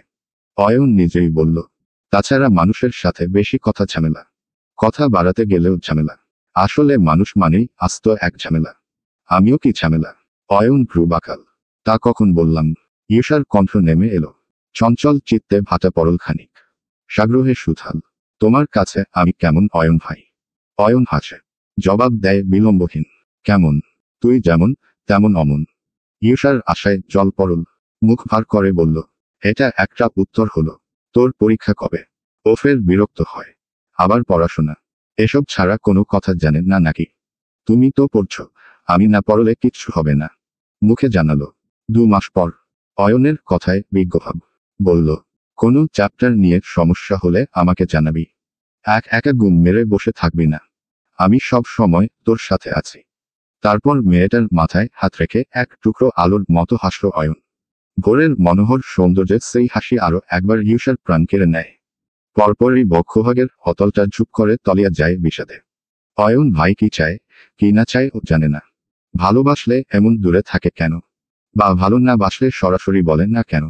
কেন এই ধরার মাঝেও আকাশ সমান অধরা ভাব? সৌজন্যতায় ঈর্ষা হাসল, তবে টেনে টুনে বিমর্ষ চেয়ে ভাবল, এই থাকাকে থাকা বলে না অয়ন ভাই। থাকলে এমন ভাবে থাকো যেভাবে মানুষের শরীরে প্রাণ মিশে থাকে, যাকে মৃত্যু ছাড়া কখনো আলাদা করা যাবে না। বিকেলের পরপরই থানা থেকে ইয়াসিরের কাছে জরুরি ফোন এসেছে। সেন্ট্রাল জেল থেকে পালিয়েছে রুহান। খবরটা শুনেই খুব তাড়াহুড়ো করে বাড়ি ছাড়ল সে। এখন রাতের প্রায় মধ্যভাগ, ফেরার নাম নেই অথচ ঘড়িতে টিকটিক করছে 12টার কাঁটা। বাড়িতে শুধু বলেছিল ফিরতে দেরি হতে পারে। এমনটা অবশ্য ওর আগেও হয়েছে। রাত করে ফেরা তনিমার কাছে নতুন ঘটনা নয়, তাই ব্যাপারটা নিয়ে আলাদা করে কেউ ভাবল না। খেয়ে দেয়ে যে যার মতো ঘরে চলে গেল। শুধু একই রকম বসে রইলেন তনিমা, সাথে আরো একটা মানুষ, আরো দুটো চোখ, যারা একটু পর পর আকুল হয়ে উকিচুকি দিচ্ছে, দেখছে ইয়াসির এলো কিনা। তনিমা ঘুমে ঢুলছেন। তুষি খেয়াল পড়তেই তড়িঘড়ি করে এসে দাঁড়ালো সেখানে। পায়ের শব্দ পেয়ে তড়িৎ চোখ মেললেন রমণী। ভেবছিলেন ইয়াসির। তুষিকে দেখেই সেই সজাগ দৃষ্টি নিভল। বললেন, ওহ, তুমি ঘুমোওনি এখনো? আপনি ঘুমাবেন না? না, সার্থ আসুক, না হলে আবার না খেয়ে ঘুমিয়ে যাবে। তুষি মাথা চুলকাল, যেন কথা সাজানোর প্রস্তুতি। তনিমা নিজেই বললেন, কিছু বলবে? হু, না মানে আমি যদি থাকি, আমি ওনাকে ভাত বেড়ে দেব। তুমি পারবে? তুষি প্রফুল্ল স্বরে জানালো, হ্যাঁ, রান্না ছাড়া আমি সব পারি। ভদ্রমহিলা হাসলেন। যাওয়ার ইচ্ছে না থাকলেও মাথা নাড়লেন তাও। এই সুযোগে ছেলে মেয়ে দুটো যদি একটু কাছাকাছি আসে। আচ্ছা, যাচ্ছি তাহলে। ঠোঁটে হাসি পিষে উঠে গেলেন তিনি। তুরন্ত তার জায়গায় তুষি পা তুলে আসন করে বসল। ওর ঠিক সামনেই কিছুটা দূরে একটা বিশালাকার শোকেজ রাখা আছে। কাচের মধ্য দিয়ে নিজেকে আবছার রূপে দেখতে পাচ্ছে তুষি। এই যে ও ইয়াসিরের অপেক্ষায় বসে আছে এমন চেহারায় বউ বউ ভাব এসেছে না। না না, বউরা তো ঘোমটা দেয়। সাথে সাথে গায়ের ওড়নাটা চটপট মাথায় তুলে ঘোমটা পড়ল তুষি। লাজুক হেসে বিড়বিড় করল, আপনি এসেছেন, আপনার জন্যেই বসেছিলাম। পরপরই ঘাড় ঝাঁকাল। না না, এভাবে বললে মেরে লাগবে। ইউনিক কিছু বলতে হবে ওকে। ফের কথা সাজাল, বিটকেল আপনি? না না, কিসের বিটকেল? এটা বললে ব্যাটা ওর গলা টিপে দেবে। তুষি হাল ছেড়ে দেয়। না, এসব মেয়েলিপনা তুষির দ্বারা হবে না। প্রেমে পড়ে ও বলদ হয়ে যাচ্ছে। মেয়েটার আনচান করার মাঝেই দরজায় লক ঘোরানোর শব্দ হলো। অমনি তটস্থ চিত্তে উঠে দাঁড়ালো তুষি, মনের মাঝে দুরুদুরু ভয়, সাথে একটু আধটু লজ্জা। তখন সকালের ওই কল্পনা আর ওই কাণ্ডের পর তুষি আর ইয়াসিরের সামনে আসেনি, কিন্তু এখন বসে আছে ওর জন্য। সব মিলিয়ে বিটকেলটা না থমকালেই হয়। তুষি একবার ঘরের দিকে ছুটতে নিয়েও আবার গাঁট হয়ে দাঁড়ালো। কি করবে না করবে কেমন হযবরল অবস্থা। ইয়াসির ঢুকলো এর মাঝেই। দরজা লাগিয়ে ফিরতেই ডিমবাতির আলোতে ওকে দেখে আঁতকে উঠল তুষি। ঠোঁট কেটে রক্ত পড়ছে, ছুলে গেছে কপালের পাশটাও। বাম হাতের কবজিতে রুমাল পেঁচানো, অথচ সাদা কাপড়টা রক্তে ভিজে দিব্যি লাল হয়ে বসেছে। তুষির মাথায় আকাশ ভেঙে পড়ল। ইয়াসির ওকে দেখেছে, কিন্তু খুব আরামসে এড়িয়ে গেল তাও। চুপচাপ পাশ কাটাতে নিলেই হতবাক তুষির হুঁশ ফিরল এতক্ষণে। আর্তনাদ করে বলল, এ কি আপনা? তুরন্ত পিছু ফিরে নিজের ঠোঁটে আঙুল চাপল ইয়াসির। শশশস। তুষি মিয়ে যায়। ইয়াসির সতর্ক চোখে ওপরের ঘরটা দেখল একবার। জিজ্ঞেস করল ধীরে, মা কোথায়? ঘুমুচ্ছেন। ইয়াসির স্বস্তি পেল, ঠোঁট কামড়ে মাথা নেড়ে রওনা করল আবার। তুষি স্তম্ভিতের ন্যায় কিছুক্ষণ চেয়ে রইল। মাথায় তার শত শত প্রশ্ন। ইয়াসির কি অ্যাক্সিডেন্ট করেছে, নাকি কেউ আবার? ইয়াসির ঘরে এসে আলো জ্বালাল। সোজা আয়নার সামনে গিয়ে ইউনিফর্ম বুক থেকে সরাল একটু। এখানেও ছিলে গেছে। হুট করে সামনে একটা রিকশা এসে পড়ায় বাইকের টাল সামলাতে পারেনি। ভাগ্যিস মা জেগে নেই, না হলে চিন্তায় পুরো বাড়ি মাথায় তুলে ফেলতেন। ইয়াসির ফার্স্ট এইডের বাক্স বের করল। সাভলনে মাখা তুলো নিয়ে বুকের ক্ষততে চেপে চেপে লাগালো। তারপর ইউনিফর্মটা আরেকটু কাঁধ থেকে নামান নিচে। পিঠের কোথাও খুব জ্বলছে, কিন্তু ওই কাটা অংশে হাত যাচ্ছে না। বোতাম খুলতে নিল, আচমকা একটা নরম হাত এসে লাগলো পিঠে। ভেজা তুলোটা আঙুল থেকে টানতেই চমকে পিছু ফিরল ইয়াসির। তুষিকে দেখেই এক ছটকায় সরে গেল দূরে। তুমি আবার এসেছ? আমাকে দিন, আমি লাগিয়ে দিচ্ছি। ইয়াসির ইউনিফর্মের বোতাম লাগাতে লাগাতে বলল, আমি বলেছি তোমাকে, যাও যাও চুপচাপ। তুষির মেজাজ চটে গেল, উড়ে পালালো সব ভয়। রোবটের ন্যায় বলল, যাব না। ইয়াসির হতচকিত, কি? যতক্ষণ না ওষুধ লাগাতে দেবেন আমি কোথাও যাব না। ইয়াসিরের চিকন চোখ প্রকট হলো, সেই দৃষ্টিতে হতবুদ্ধি ছাপ। সকালেই ওর ভয় নেতিয়ে থাকা তুষির সাথে এই মেয়ের বড্ড অমিল। কণ্ঠ গম্ভীর করে বলল, মাথার তার ঠিক আছে? তুষির জবাব এলো সাথে সাথে, না, সব ছিঁড়ে ভর্তা হয়ে গেছে। খাবেন আপনি? আরেক চোট ভ্যাবাচাকায় বাকরুদ্ধ ছেলেটা। তুষি কখনো এভাবে কথা বলেনি। মেয়েটা শক্ত মুখে বলল, আমাকে ওষুধ লাগাতে দিন, চুপচাপ চলে যাব। ইয়াসির রেগেমেগে কিছু বলতে যাবে, কথা কেড়ে নিল সে। আমি জানি আপনি কি বলবেন। স্ত্রী হতে এসেছ? না, আসিনি। ওই দিন আমার কপাল কেটে যাওয়ায় আপনি আমাকে ওষুধ লাগিয়ে দিয়েছিলেন না, সেটা শোধ করতে এসেছি। তুষি কারো ঋণ রাখে না। ইয়াসির তপ্ত কণ্ঠে বলল, তোমার বাজে কথা শোনার সময় আমার নেই। যেতে বলেছি, চুপচাপ বের হও। আউট। কর্কশ চিৎকারে বুকের গতি লাফিয়ে উঠল তুষির। কিন্তু হার তো মানা যাবে না। বুকে সাহস এনে বলল, ঠিক আছে, দেবেন না তো? আমি তাহলে আপনার মাকে ডেকে আনি। ইয়াসির বিহ্বল হয়ে বলল, মানে তুমি কি আমাকে ব্ল্যাকমেইল করছো? তুষির কণ্ঠে সরল জেদ। ওসব মিল অমিল জানি না। আমি ওষুধ লাগাবো, ব্যাস। হয় লাগাতে দিন, না হলে যাচ্ছি। ও যেতে নিলেই তাড়াহুড়ো করে হাতটা টেনে ধরল ইয়াসির। অমনি এক ছটকা বাতাসে বক্ষকোষগুলো দুলে উঠল তুষির। মনে পড়ল সেই সকালের কথা। ইয়াসিরের রুই হাত টেনে বুকের ওপর ফেলে দেয়ার দৃশ্য। কিন্তু হায়, ওসব কি আর হয়? তুষি মুখ ফিরিয়ে চাইতেন, হাতটা আবার ছেড়ে দিল ইয়াসির। গলা খাকারি দিয়ে বলল, ঠিক আছে, আমি রাজি। তুষির চেহারায় চাঁদ উঠেছে, চোখের কোণে ঠিক করে আসা জ্যোৎস্না। দুরন্ত পায়ে বিছানায় গিয়ে বসল। পাশের জায়গাটায় হাত রেখে দুটো বাড়ি দিয়ে বোঝালো, বসুন। ইয়াসিরের চেহারায় বিরক্তি, অনীহা ততোধিক বেশি। শুধুমাত্র মাকে জানাবেন না বলে অনিচ্ছা গিলে এসে বসল পাশে, তুষির আনন্দকে দেখে। সাথে সাথে ঘুরে বসল ওর দিক। ফার্স্ট এইডের কি কি করতে হয় সেদিন ইয়াসিরের থেকে দেখেছিল সব। আজ আর বিশেষ অসুবিধে হলো না। তুলো নিয়ে আরেকটু এগুলো ওর দিকে। নিঃশ্বাসের ছুঁই ছুঁই হওয়া আর ইঞ্চিখানিক বাকি। ইয়াসির সরতে গেলে ইউনিফর্মের কলারটা খপ করে টেনে ধরল তুষি। জড়বুদ্ধি ছেলেটা চোখ রাঙিয়ে বলল, কি হচ্ছে এসব? তুষির কণ্ঠ নির্ভীক, রোগীদের বেশি কথা বলতে হয় না, আমাকে আমার কাজ করতে দিন। ইয়াসির স্তম্ভিত, বিস্মিত, বিমূঢ় চাউনি শৃঙ্গে প্রায়। তুষি নিজেকে স্বাভাবিক দেখাতে চাইলেও স্বাভাবিক ও নেই। মেয়েটার বুক কাঁপছে, কাঁপছে হাতের আঙুল। একচোট উথাল পাতাল অনুভূতিতে মরে যাচ্ছে ভেতরটা। ইয়াসিরের তাজ্জব চোখের চাউনি আস্তে ধীরে মুছে গেল। শান্ত হলো চেহারা। চুপ করে সামনের মেয়েটার পানে চেয়ে রইল সে। ভীষণ ঠান্ডা, খাড়া দুটো চোখ। ভাষা নেই বা পড়ার মতো বোধ নেই তুষের। কোনো রকম হাতটা বাড়িয়ে ঠোঁটের কোণে তুলোটা ছোঁয়াল সে। জায়গাটা জ্বলল বোধ হয়। ইয়াসির সশস বলে শব্দ করল একটু। তুষি উদ্বিগ্ন হয়ে বলল, লাগলো। ভ্রু গুটিয়ে দুপাশে মাথা নাড়ল ইয়াসির। তুষি তাও ফু দিল। ঝটকার মতো উড়ে আসা শীতল স্বল্প হাওয়ায় চোখ বুজে মুখ ঘুরিয়ে নিল ইয়াসির। তুষি ভেতরের উন্মাদনা চাপা দিতে চাইছে। চেষ্টার সবটুকুনি খাটাচ্ছে নিজেকে সংযত রাখার আশায়। ঠোঁট থেকে তার হাতটা এরপর নেমে এলো বুকে। বোতাম খুলে ঠিক বা পাশের জায়গায় থেকে ইউনিফর্মটা সরাল। বেরিয়ে এলো লম্বহীন ফর্সা, নগ্ন বুক। ডোক গিলল তুষি। তুলো ছুঁয়ে মাথা নামিয়ে ফু দিল একই রকম। ইয়াসির আরো শক্ত হয়ে গেল। হাত মুঠো করে চেয়ে রইল আরেক দিক। তার শরীরের একাংশ ভরে গেল তুষির যত্নের ছোঁয়ায়। তারপর রক্তে ভেজা রুমালটা খুলল সে। ঝর্ণার মতো একটা লাল রেখা ক্ষত বেয়ে নামল অমনি। সঙ্গে সঙ্গে সেখানটায় নিজের ওড়না চেপে ধরল তুষি। ইয়াসির বলল, হচ্ছেটা কি? ওড়নায় লাগছে তো। তুষি নিরুদ্বেগ, লাগুক না। রক্ত কেউ ইচ্ছে করে কাপড়ে লাগায়। তুষি মুখ তুলে চাইল। নিভু কণ্ঠে বলল, কি হবে? আপনারই তো রক্ত। নিস্তব্ধ কামরার জানলাগুলো বন্ধ। একটা টু শব্দ আসার জন্যই। হুহু করা বাতাসও যেন থমকে আছে কিছু সময়। ঠিক যেমন করে থমকে রইল ইয়াসির।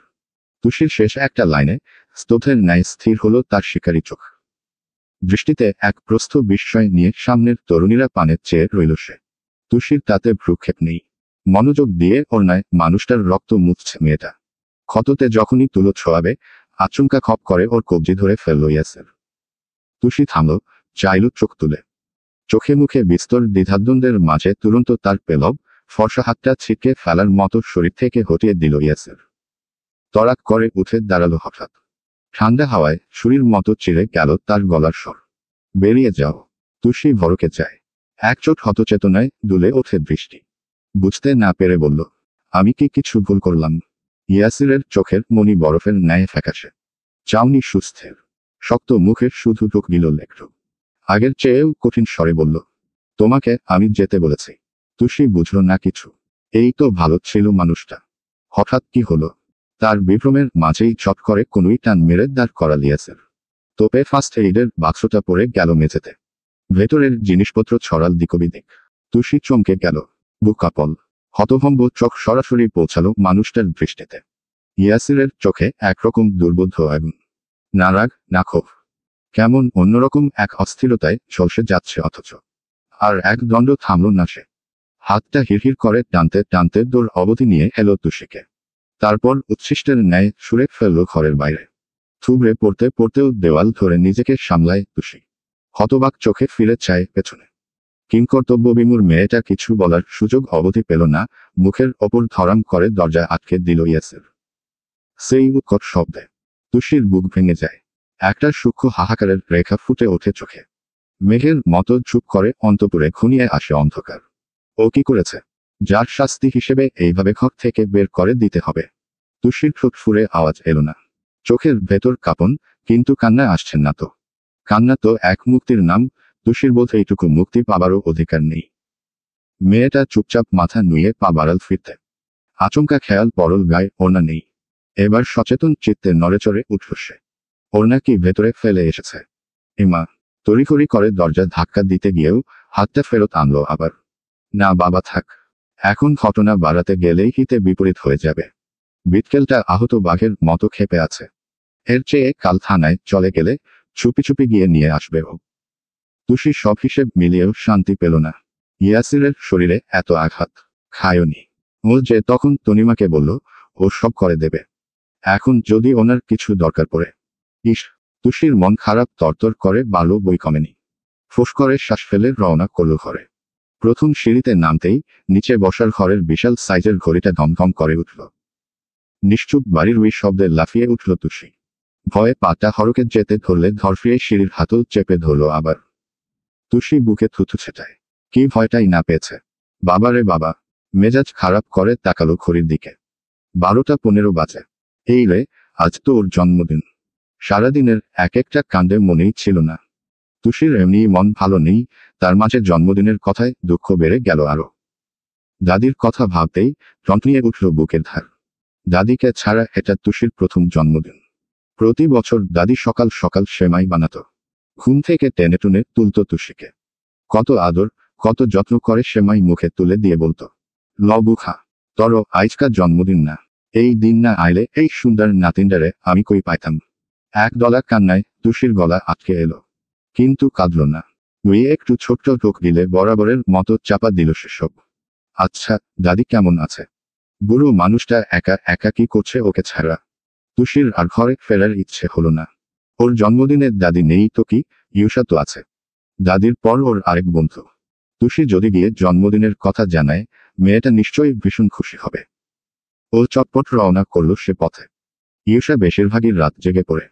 এখনো জেগেই আছে হয়তো। হলো তাই। ভেজানো দোটাকে হালকা একটু ঠেলতেই চোখ পড়ল সোজাসুজি টেবিলে। ল্যাম্পশেড জ্বলছে। ইউসার মাথা নিচু। এতক্ষণের সব বিষাদ নিমিষে হাওয়ায় উড়িয়ে দিল তুষি। পা টিপে টিপে ঢুকল ভেতরে। একদম পেছনে দাঁড়িয়ে মৃদু শব্দে চেঁচাল, ভাও।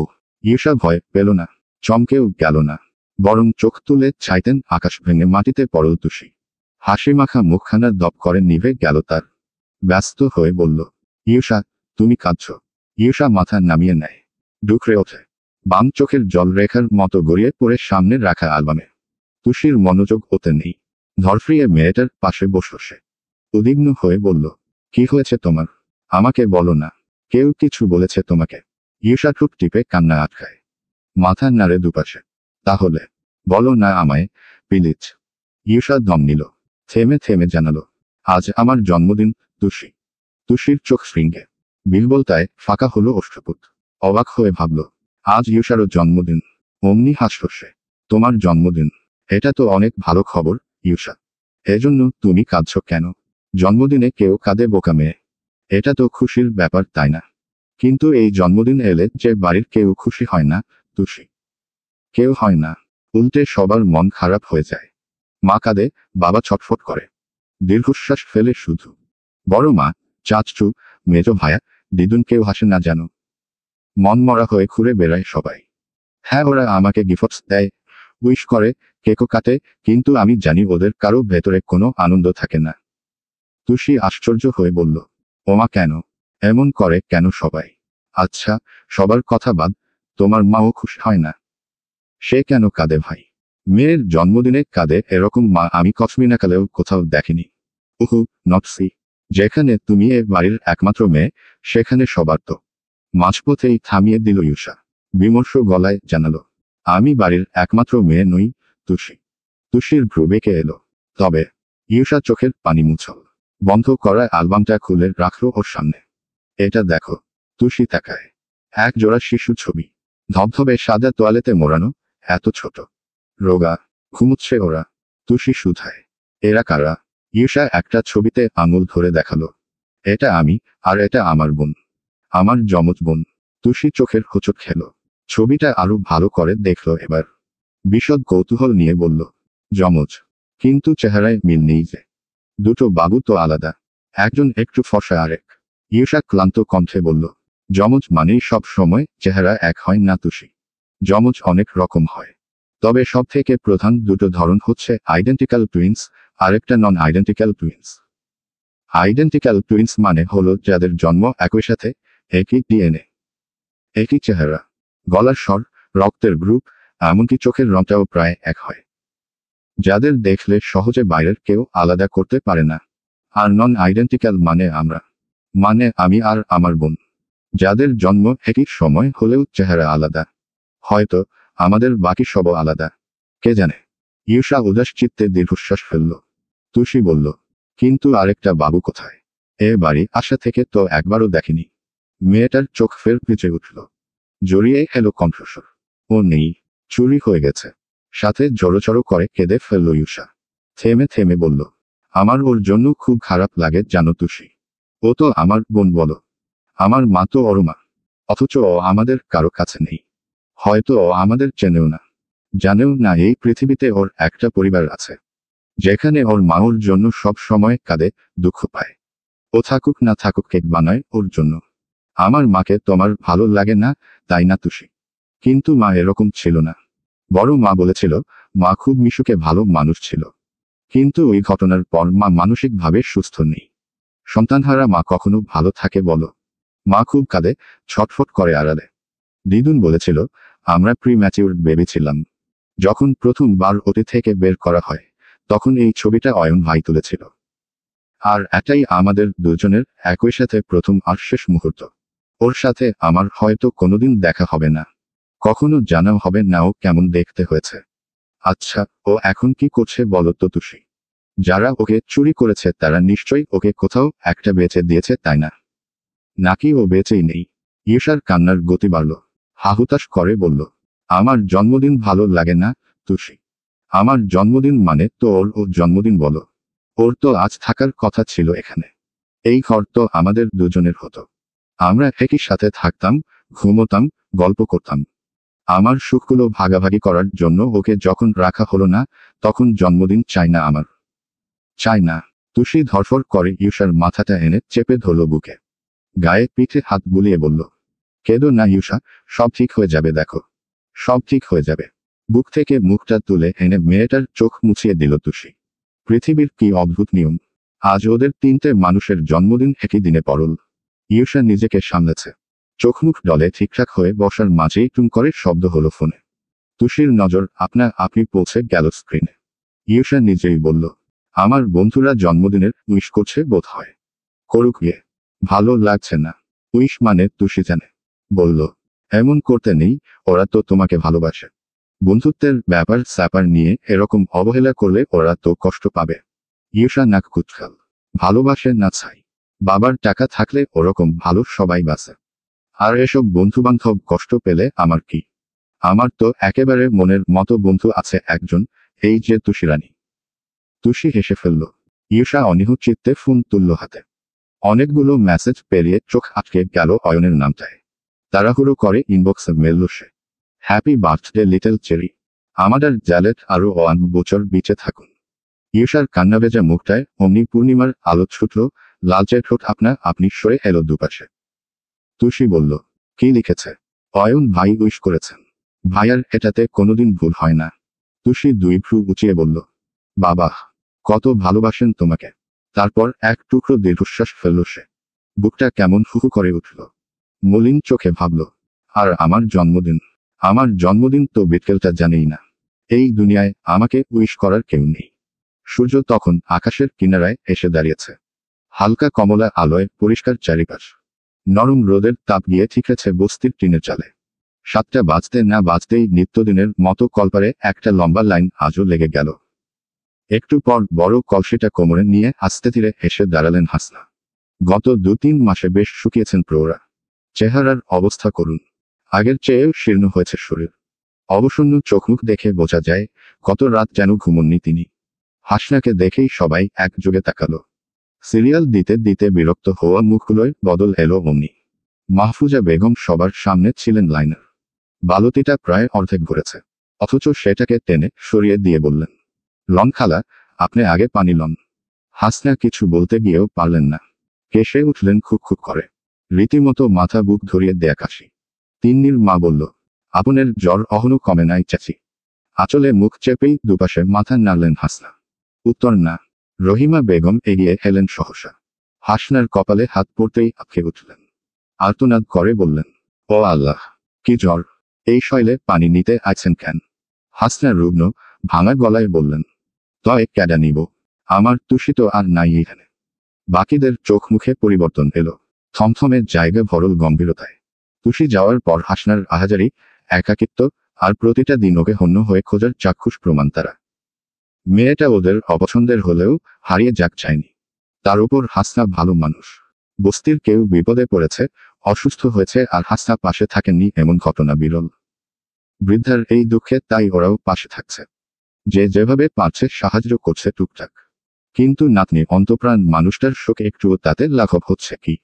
প্রত্যেকে চুপ রইলেও তিন্নির মায়ের জিভ তেতে উঠল। খুব রুক্ষ ভাষায় বললেন, নাই আর আইব না। আপনি বেহুদা ওরে খুইজা মরতাছেন, আর নিজের শরীরটাও খারাপ বানাইতাছেন। আরে বাপ, গেলেন তো টিনটিন গো কথা হই না থানায়, লাভ কিছু হইল? তুষির মতো মায়েরে কি কোনোদিন থানার বড় বাবু বিয়ে করতে পারে? এইটা কি কোনোদিন সম্ভব? হাসনার চোখ ভিজে যায়। অসহায় কণ্ঠে বলেন, তাইলে আমার নাতিন ডায়ে কই গেল কও? ও তো আমারে ছাইরা কোথাও কোনোদিন থাহে না। ওই দিন কি আর আছে চাচি? মায়া মানুষ বড় হইলে পাখনা গজায়, তুষিরও গজাইছে। শোনেন, হয় ওই মায়া কারোর লগে ভাগছে, আর নাইলে কোনো মানুষের পকেট কাটতে গিয়া ধরা খায় হাজত খাটত আছে। আপনি ওর আশা ছাইরা দেন তো। হাসনার বুক কেঁপে উঠল জেলের কথা শুনে। একবার তো থানায় দিন পার করে এসেছিল মেয়েটা। আবার কি? কিন্তু কোন থানায়? আর কতদিন কোথায় কোথায় খুঁজবেন ওকে? দুর্বলতায় আর চিন্তায় বৃদ্ধার মাথা চক্কর কাটে। দলে পড়তে গেলেই ধরফর ধরে ফেললেন রহিমা। কি হইল খালা, শরীর খারাপ লাগে? তিন্নির মা দুপাশে মাথা নাড়লেন। হতাশ কণ্ঠে বললেন, আপনেরে দেখলে আমার খারাপ লাগে চাচি। নাতনির লইগা দিন দুনিয়ার চুলায় উঠাইয়া কই কই করেন। সারাদিন কাম কাজ ফালাইয়া রাস্তাঘাট খোঁজেন। আরে বাপ, ও আইলে এই 2 মাসেই আইতো। আর কিছু না হইলেও মোবাইল করত। ওর কাছে তো মোবাইল আছে, কিন্তু করে তো নাই। অহন ওর চিন্তা থুইয়া নিজের একটু যত্ন লন। রহিমা থমকালেন। আহা, তুমি থামবা। দেখতাছ অসুস্থ মানুষ, তার মধ্যে এইসব বাইকা পেঁচাল। তুমি তোমার বালতি ভইরা যাও এনতে। তিন্নির মা মুখ বাঁকালেন। যাইতাছি। তোমার আলগা দরদ একটু বেশি। আমার বাপ অত পীড়িত নাই। কলপারের এক পাশে কেটেকুটে ছেঁচে রাখা গাছ ছিল। রহিমা, আছিয়া আরো একজন মিলে হাসনাকে ধরে ধরে বসালেন সেখানে। আছিয়া মাথার তালুতে পানি দিলেন। কাপড় দিয়ে বাতাস করতে করতে বললেন, খালা, শুনতে খারাপ লাগেও তিন্নির মার কথায় কিন্তু ভুল নাই। একবার ভাইবা দেখেন, তুষিত হারাই যাওয়ার মায়ানা। রাস্তাঘাটে ও যেমনে চলে, যেই প্যাডা মানুষের মতো চাইল চলন ওরে কাবু করা সহজ কাম না। আমার মনে হয় ও নিজ থেকেই পলাইছে। রহিমা বললেন, কি যে কল তুমি? ও কার লগে পলাইব? পোলাগুর লগে প্রেম কইরা ভাগার মায়া কি ওয়ে? ওয়ে এসবের আশপাশ দিয়াও যায়। ওরে কিছু কইলে ও উল্টা 10টা গালি দিত। আমার মনে হয় ওর কোনো বিপদ হয়েছে। নাইলে হইতে পারে তিন্নির মার পরের কথা ঠিক। ও কোনো হাজতে আছে। তৃতীয় জন বললেন, তাইলে কি তুষি আর কোনোদিন আইব না? হাসনার নিঃশ্বাস থেমে আসে এ কথায়। সবেগে হাতটা চেপে ধরে বললেন, ও কথা কইও না। আমার বুড়ে আমি চিনি। ও আমারে থুইয়া যাইবে না। আমার মন বলতাছে ও আইব। আবার আইব আমার কাছে। বলতে বলতে চোখের জল ছেড়ে দিলেন বৃদ্ধা। ভেতরটা ব্যথায় মুচড়াচ্ছে। আজ তুষির জন্মদিন।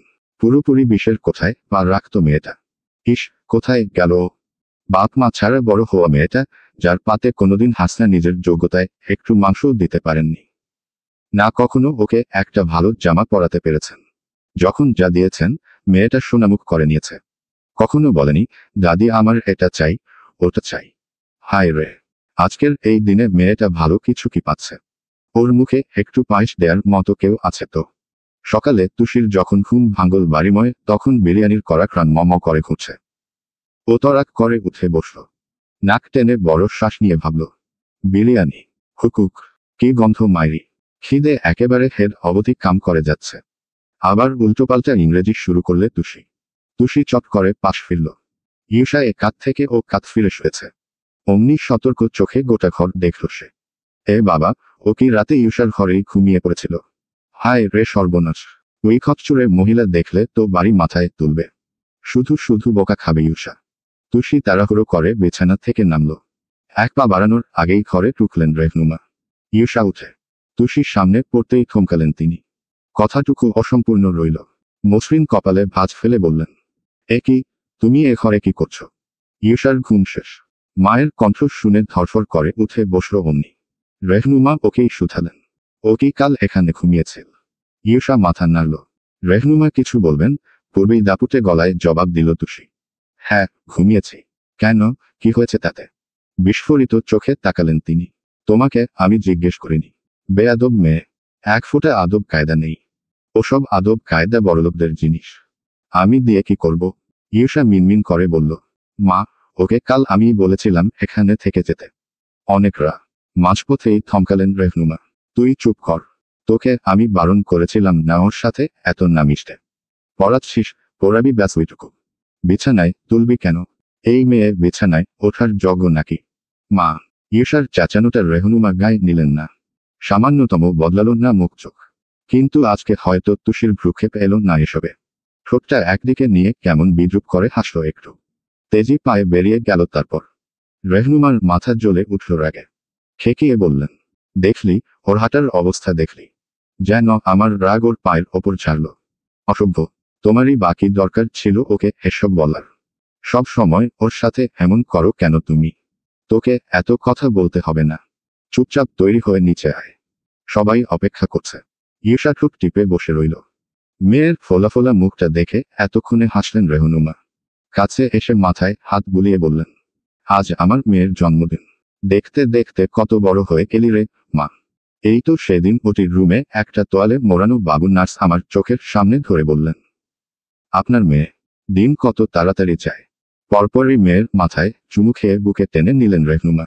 ইউষা চুটি করে মিশে রইল সেখানে। ও জানে মা এখন কাঁদবে।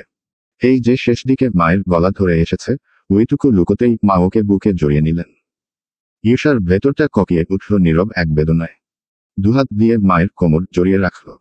কারো মুখে কথা নেই, শুধু চোখের কোণে নিস্তব্ধ এক ব্যথা, যা চাইলেও কাউকে দেখানো যায় না।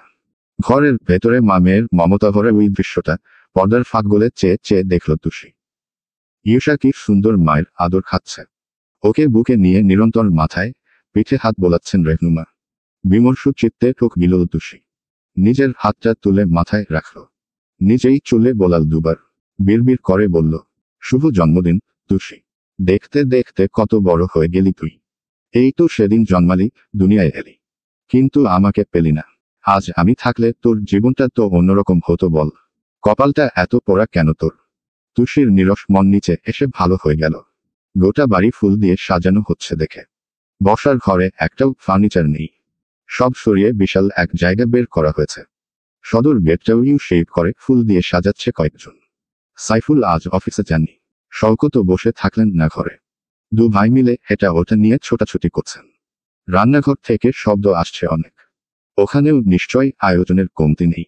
তুষি নিজে থেকেই এসবের কারণ বুঝে নিল। আজ ইউষার জন্মদিন তো, তাই। কিন্তু বেহাত চোখজোড়া ঘুরিয়ে ভিন্ন কাউকে খুঁজল সে। খুব ফর্সা, শক্ত একটা মুখ, যেখানে মিষ্টি কথা নেই, এক ফোঁটা নম্রতা নেই। তাও তুষি খুঁজল। বুকের কোষগুলো ছটফট করে উঠল তাকে দেখার আশায়। অথচ ওর তো একটু হলেও রাগ করার কথা। কাল যেভাবে নিষ্ঠুরের মতো বিকেলটা ওকে ঘর থেকে বার করে দিল, তুষির তো এসবই করা উচিত। কিন্তু পারছে না কেন? প্রেমে পড়লে বুঝি মানুষ নির্লজ্জ হয়। তার ভাবনার মাঝেই কোত্থেকে ছুটে এলো মিন্তু। একটা শক্ত কাগজ বাড়িয়ে দিয়ে বলল, ভা, সরি। তারপর সতর্ক চোখে আশপাশটা দেখল মিন্তু। ভুল করে মুখ থেকে ভাবি বেরিয়ে যাচ্ছিল। না, মেজো ভাইয়া নেই, হাত ছাড়ল সে। বলল, বাঁচলাম। এই তুষিপু, দেখো তো কার্ডটা কেমন হয়েছে। ইউষার জন্য বানিয়েছি। তুষি সাগ্রহে হাতে নেয়। কার্ডের ভেতরে একটা কার্টুন আঁকা। মেয়েটার মাথায় ৬-৭টা চুল। কুড়ালের মতো দাঁত কপাটি ঠোঁট থেকে বেরিয়ে এসেছে। নিচে লেখা, হ্যাপি বার্থডে রাক্ষসী। তুষি হেসে ফেলল। জিজ্ঞেস করল, এটা কি ইউষা? উচ্ছ্বসিত চোখে মাথা নাড়ল মিন্তু। বলল, ওকে আমার চোখে এমনই দেখতে। কেমন হয়েছে বলো? তুষি ঠোঁট চেপে হাসছে। বলল, তাও সুন্দর। ইউ আর ট্যালেন্ট বয়। আরে ওটা ট্যালেন্ট। আর কথাটা ট্যালেন্টেড। এত শক্ত কথা আমার মুখে আসে না। আচ্ছা যাকগে, আমি এখন চাই। লুকিয়ে রাখি। ও যখন গিফট চেয়ে চেয়ে পাগল হয়ে যাবে তখন দেব। তারপর যা একটা লুক দেবে না আমাকে। তারাও করতে পারে। মজা হবে না? উত্তরের অপেক্ষাও ছেলেটা করল না। দুরন্ত পায়ে চলে গেল দৌড়ে। ছোটখাটো ছেলেটার দিকে চেয়ে চেয়ে তুষির হাসিটা মুছে গেল হঠাৎ। বিদীর্ণ দীর্ঘশ্বাসের চুলি ঠিক করে হেলো বুক হতে। ইস, আজ যদি ওরও একটা ভাই থাকতো। ভাই তো দূর, ওর জন্য সৃষ্টিকর্তা কাউকেই রাখলেন না। কিন্তু আজকাল তুষির মন একদিকে খেই হারিয়ে ফেলছে। ভুল করে স্বপ্নের রাজ্যে এনে বসিয়েছে একজনকে, ইয়াসির। কিন্তু মেয়েটা জানে ইয়াসিরের মনের কোথাও ও নেই। ইয়াসির ভাবেও না ওকে নিয়ে। ভাববেই বা কেন? কোথায় সে আকাশের চাঁদ, আর তুষি মাটিতে দাঁড়িয়ে থাকা সামান্য বামুন। ওদিকে হাত বাড়ানোর সাধ্য ওর আছে। মন কিভাবে চলে গেল ও জানে না। তুষি চেয়েও মনের রাশ টানতে পারেনি। কিন্তু সে বোঝে, একটা বস্তির মেয়ে যে কিনা এর ওর পকেট থেকে টাকা চুরি করত তার ইয়াসিরকে চাওয়ার যোগ্যতা নেই। তুষি তো পেতেও চাইছে না। ইয়াসির ভালোবাসুক না বাসুক ও বাসবে। এইভাবে নীরবে চুপি চুপি সারা জীবন ভালোবাসবে। মেয়েটার ধ্যানের সুতো ছিঁড়ল অয়নের ডাকে। এই তুষি, এদিকে এসো। নড়ে চড়ে চপল পায়ে এগোলো সে। অয়ন একটা টুলের ওপর দাঁড়িয়ে। পায়ের কাছে কতগুলো ফুল। সেসব দেখিয়ে বলল, এখন থেকে একটা একটা করে ফুল দাও আমাকে। মিন্টুটা এত ফাঁকিবাজ না। কাজের কথা বলতেই পালিয়েছে। আচ্ছা, আমি দিচ্ছি। ফুলগুলো ভীষণ সতেজ। টসটসে লাল গোলাপগুলো দেখেই তুষির মন ভালো হয়ে গেল। এক থোকা হাতে নিয়ে বলল, এগুলো কি আপনাদের বাগান থেকে আনা? না তো, কেনা। কেন? খুব সুন্দর। এখনো গায়ে শিশির লেগে আছে। আমার গোলাপ যে কি ভালো লাগে। ফুলের ওই স্নিগ্ধ পাপড়িতে তুষির মুগ্ধ নজরজোড়া অয়ন মন দিয়ে দেখল, পরপরই তারা দিয়ে বলল, আচ্ছা, এখন তাড়াতাড়ি দাও। Already getting late. তুষি তৎপর থোকা ভরতি গোলাপ বাড়িয়ে দেয়। ঠিক তক্ষুনি চৈকাঠ মারিয়ে বাড়ি ঢুকল ইয়াসির। একদম নাক বরাবরের ওই চিত্রটায় চোখ যেতেই পা জোড়া আপনা আপনি থামল তার। স্বভাবসুলভ ভাঁজ বসল ভ্রুতে। মাথায় এলো গতকাল সকালের কথা। বাগানে অয়ন তুষিকে ফুল দিচ্ছিল, আর আজ তুষি। ইয়াসির নিচের ঠোঁট দাঁতে পিষে চেয়ে রইল কিছু পল। পরপরই মাথা নাড়ল দুপাশে। যেন উড়িয়ে দিল এসব। বরাবরের মতো ভারী স্বরে ডাকল, অয়ন। ঘাড় ঘুরিয়ে চাইল সে। ফিরল তুষিও। সাথে সাথে শিরদাঁড়া সোজা করে ফেলল। ইয়াসির এগিয়ে এলো। অয়ন বলল, এনেছ? চাচু কতবার যে তোমার কথা জিজ্ঞেস করলেন। হ্যাঁ, লিস্ট মিলিয়ে দেখ। অর্কিড সহ সাজগোজের কিছু জিনিসপত্র কম পড়েছিল। সেসবই আনতে গেছিল ইয়াসির। সবকিছু টেবিলে নামিয়ে রাখার পরেও আরো একটা প্যাকেট দেখা গেল হাতে। অয়ন কৌতূহলে সুথাল, ওটাতে কি? ইয়াসির হাতের দিকে দেখল, তারপর ঠান্ডা আচোখে একপল তুষির পানে চাইল। মেয়েটার বিমোহিত চাউনি তটস্থ হল সহসা। থতমত খেয়ে সরে গেল আরেক দিক। দুশব্দে জবাব দিল ইয়াসির, কেক। কেক? বাইরে থেকে আনা কেক? ছোট মা তো ইউষার জন্য নিজের হাতে কেক বানায়, ভায়া। তুমি আবার আনলে যে? এমনি। তুই তোর কাজ কর। ইয়াসির চলে গেল। একদম সোজা গিয়ে ঢুকল রান্নাঘরে। পুরোটা পথ চেয়ে রইল তুষি। অয়ন ফের ডাকল, তুষি। নড়ে উঠল ও। হু। দাও। থোকা না, একটা একটা করে দাও। লাগাতে সুবিধে হবে। ইউষা হাজির হলো কিছু সময় পর।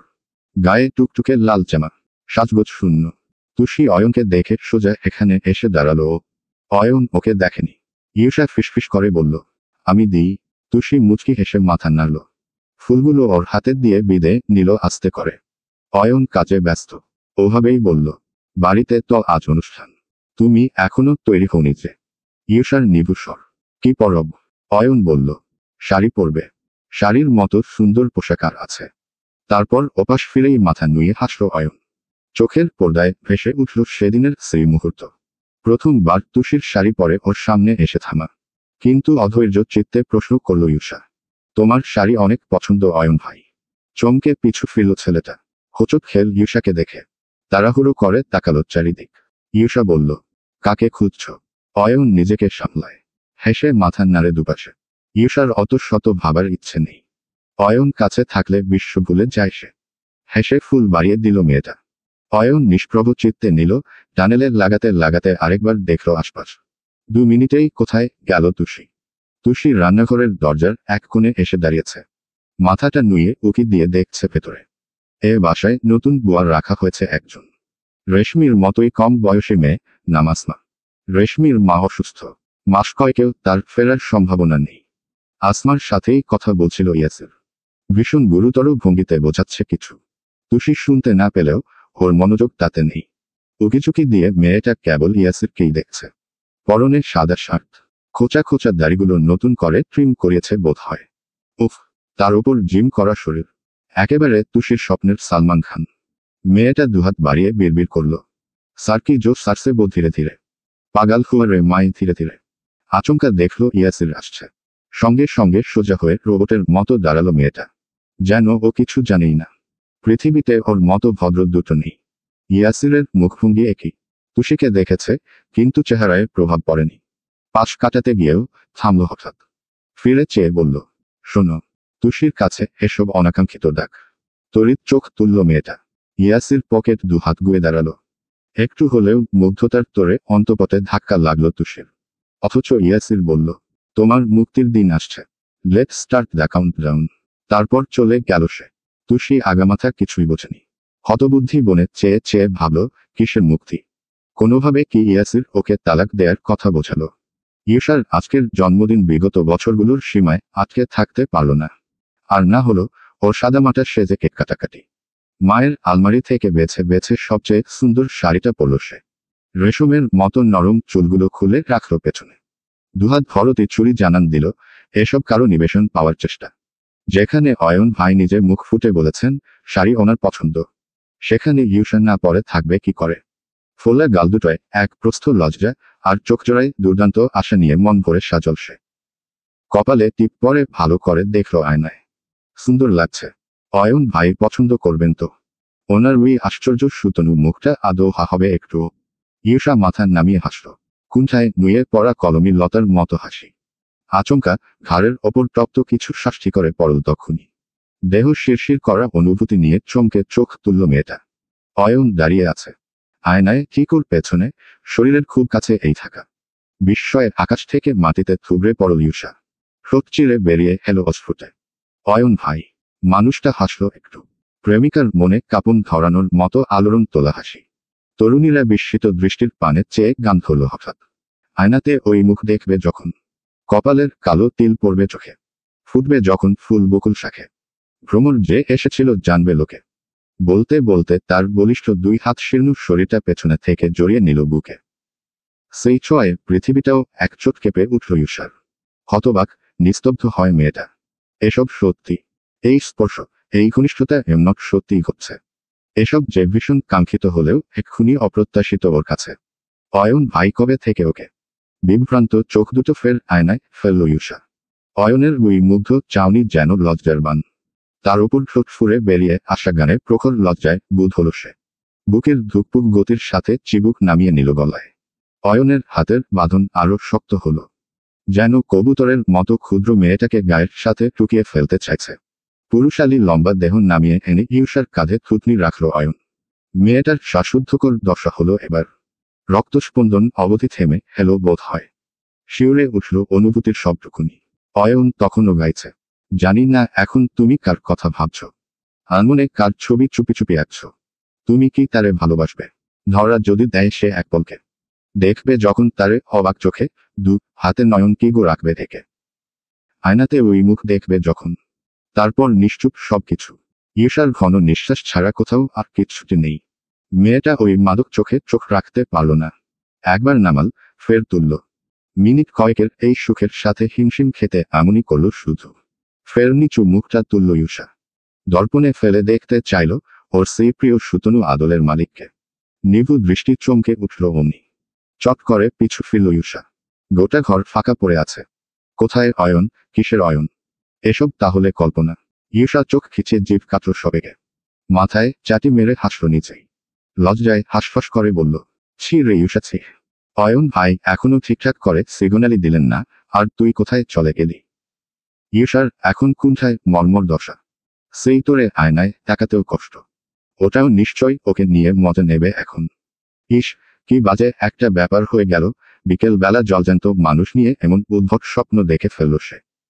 ইউষার বুকের দুরু দুরু ভাবটা ফিরে এলো ফের। ওর এই শাড়ি আর সাজগোজ অয়ন ভাইয়ের হৃদয়ে ছোবে তো। দেখবেন তো ওকে মুগ্ধ হয়ে। নিশ্চয়ই দেখবেন। অয়ন ভাই ওকে ছাড়া আর কাউকে দেখতেই পারেন না। মেয়েটা স্বতঃস্ফূর্ত চিত্তে তৈরি হলো। পুরো পাখির মতো ডানা মেলে নামল নিচে। বসার ঘর তখন আলোয় আলোয় সাজানো। টেবিলে দুটো কেক পাশাপাশি রাখা হয়েছে। এই দুটোই ইউষা কাটবে। একটা ওর আরেকটা ওর বোনের। সেদিকে চেয়ে বুক ফুলিয়ে দীর্ঘশ্বাস ফেলল সে। মেয়ে থাকুক বা না থাকুক দুটো কেক বানাতে মায়ের কখনো ভুল হয়নি। বাড়িতে অল্প বিস্তর অতিথি আসা শুরু হয়েছে। সময় তখন সন্ধে হওয়ার পথে। বাকিরাও তৈরি প্রায়। ইউষা চারপাশে চেয়ে অয়নকে খুঁজল। চোখ পড়ল আইরিনের দিকে। সোফায় পায়ের ওপর পা তুলে বসে আছে সে। পরনে ওয়েস্টার্ন, হাতে ফোন। দিন দুনিয়ার কোনো কিছুতেই মনোযোগ নেই। উপায়ন্তর না পেয়ে ওর কাছেই এসে দাঁড়ালো ইউষা। জিজ্ঞেস করল ব্যস্ত স্বরে, অয়ন ভাইকে দেখেছ? আইরিনের চোখে মুখে বিরক্তি। ফোন থেকে মুখখানাও তুলল না। জবাব দিল দায়সারা, না। বলার ধরন শুনেই ইউষার মেজাজ চড়ে আয়। কেন যে জিজ্ঞেস করতে গেল? ভাবখানা দেখো, যেন প্রিন্সেস ডায়না। লাগছে তো ডাইনি মেরুষার মতো। উফ, ফুপিদের ফ্লাইট ক্যান্সেল হওয়ার আর সময় পায়নি।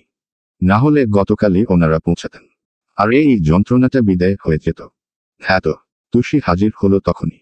যেমন ছিল তেমনই আছে। সাদা চুড়িদার, ওড়নাটা গলায় ঝুলছে কোনো রকম। লম্বা চুলে বেনুনি। ও এসে দাঁড়াতেই ইউষা বলল, এ কি, তোমাকে না তৈরি হতে পাঠালাম? হয়েছি তো। তোমার দেয়া সবথেকে সুন্দর জামাটা পরেছি।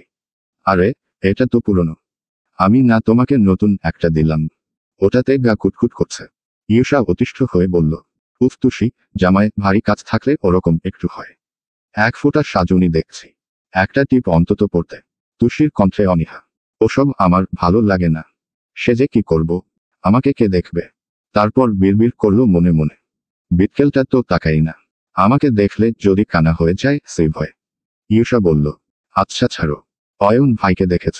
তুষির নজর ইউষার মাথার পেছনে। উত্তর না দিয়ে মিটিমিটি হাসল। ভ্রু ইশারা করতেই চট করে পিছু ফিরল ইউষা। বিশাল একা টেডিবিয়ারটা দুম করে ওর হাতে ধরিয়ে দিল অয়ন। গাল টেনে বলল, হ্যাপি বার্থডে এগেইন।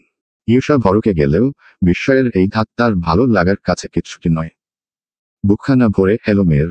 রাতের ওসব দুঃখ কষ্ট কখন ভুলে গেছে। হাসল গাল ভরে। আহ্লাদি স্বরে বলল, থ্যাংক ইউ। এটা খুব সুন্দর। অয়ন হাসে। পরপর চোখজোড়া ঘুরে আসে ইউষা বেশভূষার ওপর। অবাক হয়ে বলল, শাড়ি পরেছিস?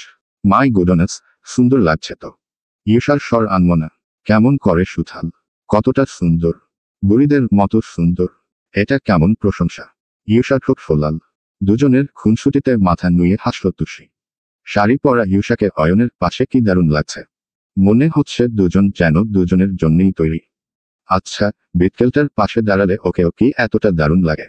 উদাস মেয়েটার দিকে হুট করে এক প্রশ্ন তেরে এলো তখনই। কোত্থেকে হন্তদন্ত পায়ে এসে দাঁড়ালেন তনিমা। শোষকের ন্যায় ব্যস্ত গতিতে শুধালেন, তুষি, আজ কি তোমার জন্মদিন?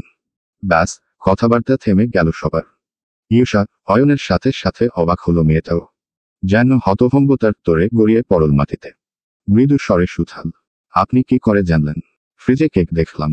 ওপরে হ্যাপি বার্থডে তুষি লেখা।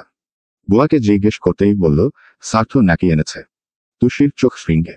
অবিশ্বাসের তোপে ঠোঁট ফাঁকা হয়ে গেল। ইয়াসির ওর জন্য কেক এনেছে। এর মানে তখন হাতের ওই কেকটা ওর জন্যই ছিল। হৃদয়ের গভীরে এক অন্যরকম দোলায় নড়ে উঠল মেয়েটা। একটা কেক পৃথিবীর সেরা উপহার না হলেও তুষির মনে হলো এটাই ওর শূন্য জীবনে ছুড়ে দেয়া এক টুকরো নরম কোমল আলো।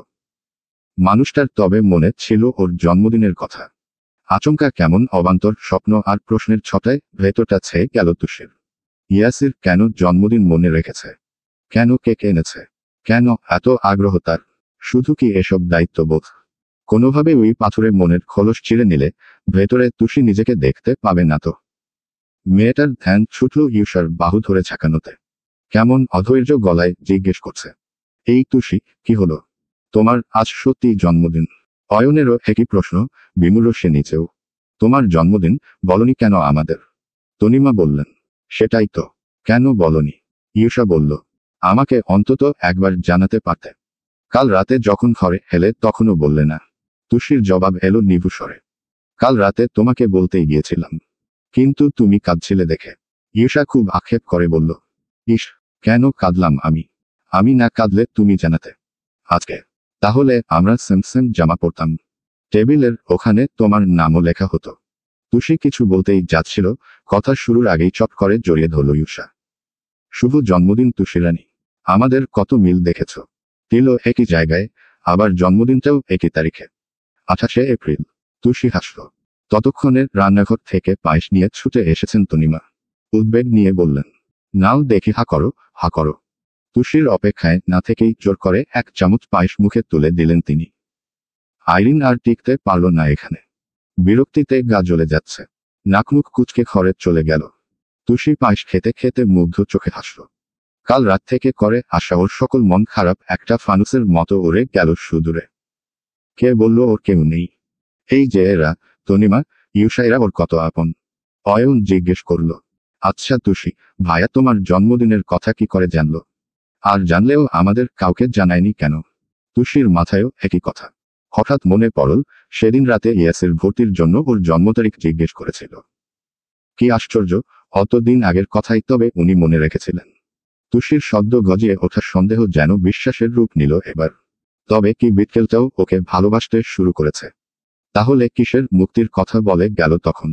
ইউষা বলল, ভাইয়ার কিন্তু কেক আনার কোনো দরকারই ছিল না। মা তো দুটো করে কেক বানিয়েই রাখে। ও থেকেই না হো তুষি একটা কাঁপত। রেহনুমা পাশ থেকে যাচ্ছিলেন। মেয়ের কথায় পা জোড়া থামল, ধমকে উঠলেন অমনি, ইউষা, তোর মুখ কিন্তু আজকাল বেশি চলছে। ও আমার মেয়ের কেক কাটবে কেন? তনিমা বললেন, আহ ছোট, এভাবে বলছিস কেন? ও তো তোর মেয়ের মতোই। ভদ্রমহিলা কড়া কণ্ঠে বললেন, না আপা, এসব চোর ছ্যাচর আমার হতে যাবে কেন? দয়া করে এসব বলো না। তারপর দুমদাম পায়ে চলে গেলেন তিনি। মেজাজ খারাপ হলো অয়নের। কপাল কুঁচকে ওনার যাওয়ার পথে চেয়ে রইল সে। তিতিবিরক্ত আওরাল। ছোট মায়ের তুষিকে নিয়ে এক্সাক্ট সমস্যাটা কি? তনিমা দীর্ঘশ্বাস ফেলে চুপ করে রইলেন। শুকনো মুখে তুষির পানে এক পল দেখল ইউষা। হাতটা ধরে বলল, মায়ের কথায় কষ্ট পেও না প্লিজ। মলিন হাসল তুষি। বলল, বোকা, গরিবরা কখনো এত সহজে কষ্ট পায় না। তনিমা প্রসঙ্গ কাটাতে হাত বাড়িয়ে এসে জড়িয়ে ধরলেন ওকে। উচ্ছ্বসিত আওড়ালেন, শুভ জন্মদিন তুষি। অনেক সুখী হও মা, দীর্ঘজীবী হও। শওকত বাইরে থেকে ঢুকলেন তখনই। কথাটা শুনতে পেয়েই অবাক চোখে বললেন, সে কি, আজ তুষির জন্মদিন নাকি? আমার মেয়ের জন্মদিন আর আমি জানি না। ভদ্রলোক চটপটে পায়ে এগিয়ে এলেন। মাথায় হাত বুলিয়ে বললেন, শুভ জন্মদিন, শুভ জন্মদিন। অনেক বড় হও জীবনে। তুষি হাসল। শওকত পরপরই পরনের পাজামার পকেট হাতালেন। জিভ কেটে বললেন, যাহ, মানিব্যাগ তো ওপরে। এখন হাতে অনেক কাজ। তোর গিফট পরে দেব কেমন? ইউষা বলল, চাচ্ছু, আর আমার গিফট? হ্যাঁ হ্যাঁ মা, তোমাকেও দেব। সবার কথার মধ্যে অয়নের নজর তুষির ওপর আটকে। মেয়েটা হাসছে। চঞ্চল কার্নিশ, ঠোঁটের কোণে উজ্জ্বলতা তার। যেখানে সাজানো কোনো সৌন্দর্য নেই, না আছে কৃত্রিম কোনো কিছু। অথচ প্রতিবার অয়ন খেই হারায়, খুয়ে ফেলে নিজেকে। এই হাসিটা সারা জীবনের জন্য নিজের কাছে গচ্ছিত রাখা জরুরি নয় কি? পরপর মেঝের দিকে চোখ ফেলল অয়ন। ইয়াসির বলেছিল, তুষিকে ডিভোর্স দেবে শীঘ্রই। উকিলের সাথে কথাবার্তা চলছে। ওসব কতদূর কি এগুলো জানতে হবে। ভাইয়া আজ ফিরুক, সময় করে জিজ্ঞেস করবে অয়ন। মনের ভাবনা দমিয়ে চোখ মুখ স্বাভাবিক করল সে। বলল, তুষি, তোমার তো আমার কাছেও একটা গিফটা পাওনা আছে। বলো, কি চাই? শওকত বললেন, হ্যাঁ বল, তোর কি চাই? তুই আজ যা চাইবি আমি তোকে সেটাই দেব। নিষ্পন্দ চোখজোড়া ঝপ করে তুলল তুষি। সত্যি দেবেন? অয়ন বলল, অবশ্যই, বলেই দেখো না। তুষি জিভে ঠোঁট ভিজিয়ে বলল, আমি মানে, একবার দাদিকে দেখতে চাই। কতদিন দেখিনি। যদি একটু দেখা করার ব্যবস্থা হতো।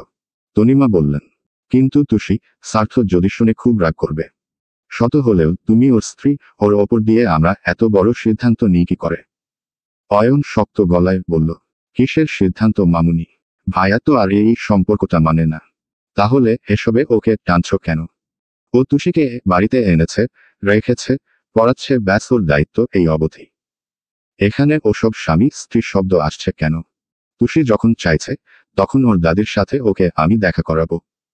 তুষি বলল, কিন্তু উনি যে আমাকে বাইরে যেতে মানা করেছেন। ওনার কথা অগ্রাহ্য করে আমি চাই কি করে? অয়ন ধরে নিল এটা তুষির কৃতজ্ঞতাবোধ আর ইয়াসিরের প্রতি ভয়। তাছাড়া বড় ভাইয়ের কথা অমান্য করা তারও উচিত হবে না। একটু ভেবে বলল, তাহলে এক কাজ করি, তোমার দাদিকে এখানে নিয়ে আসি। তুমি আমাকে তোমাদের বস্তির ঠিকানা দাও। বাবা, তুমি কি বলো? শওকত একটু ভেবে বললেন, এটা করা যায়। তোমার ভাই তো বাড়িতে নেই এখন। ইউনিফর্ম পরে বের হলো দেখলাম। ফিরতে তাহলে সময় লাগবে। ততক্ষণে ওর দাদির সাথে ওকে দেখা করিয়ে আবার নাহ ফেরত পাঠানো যাবে। তনিমা শঙ্কিত কণ্ঠে বললেন, কিন্তু স্বার্থ জানতে পেরে যদি রাগারাগি করে? বাড়িতে আমি আর কোনো নতুন অশান্তি চাই না। অন্তত আজকের দিনে তো নয়।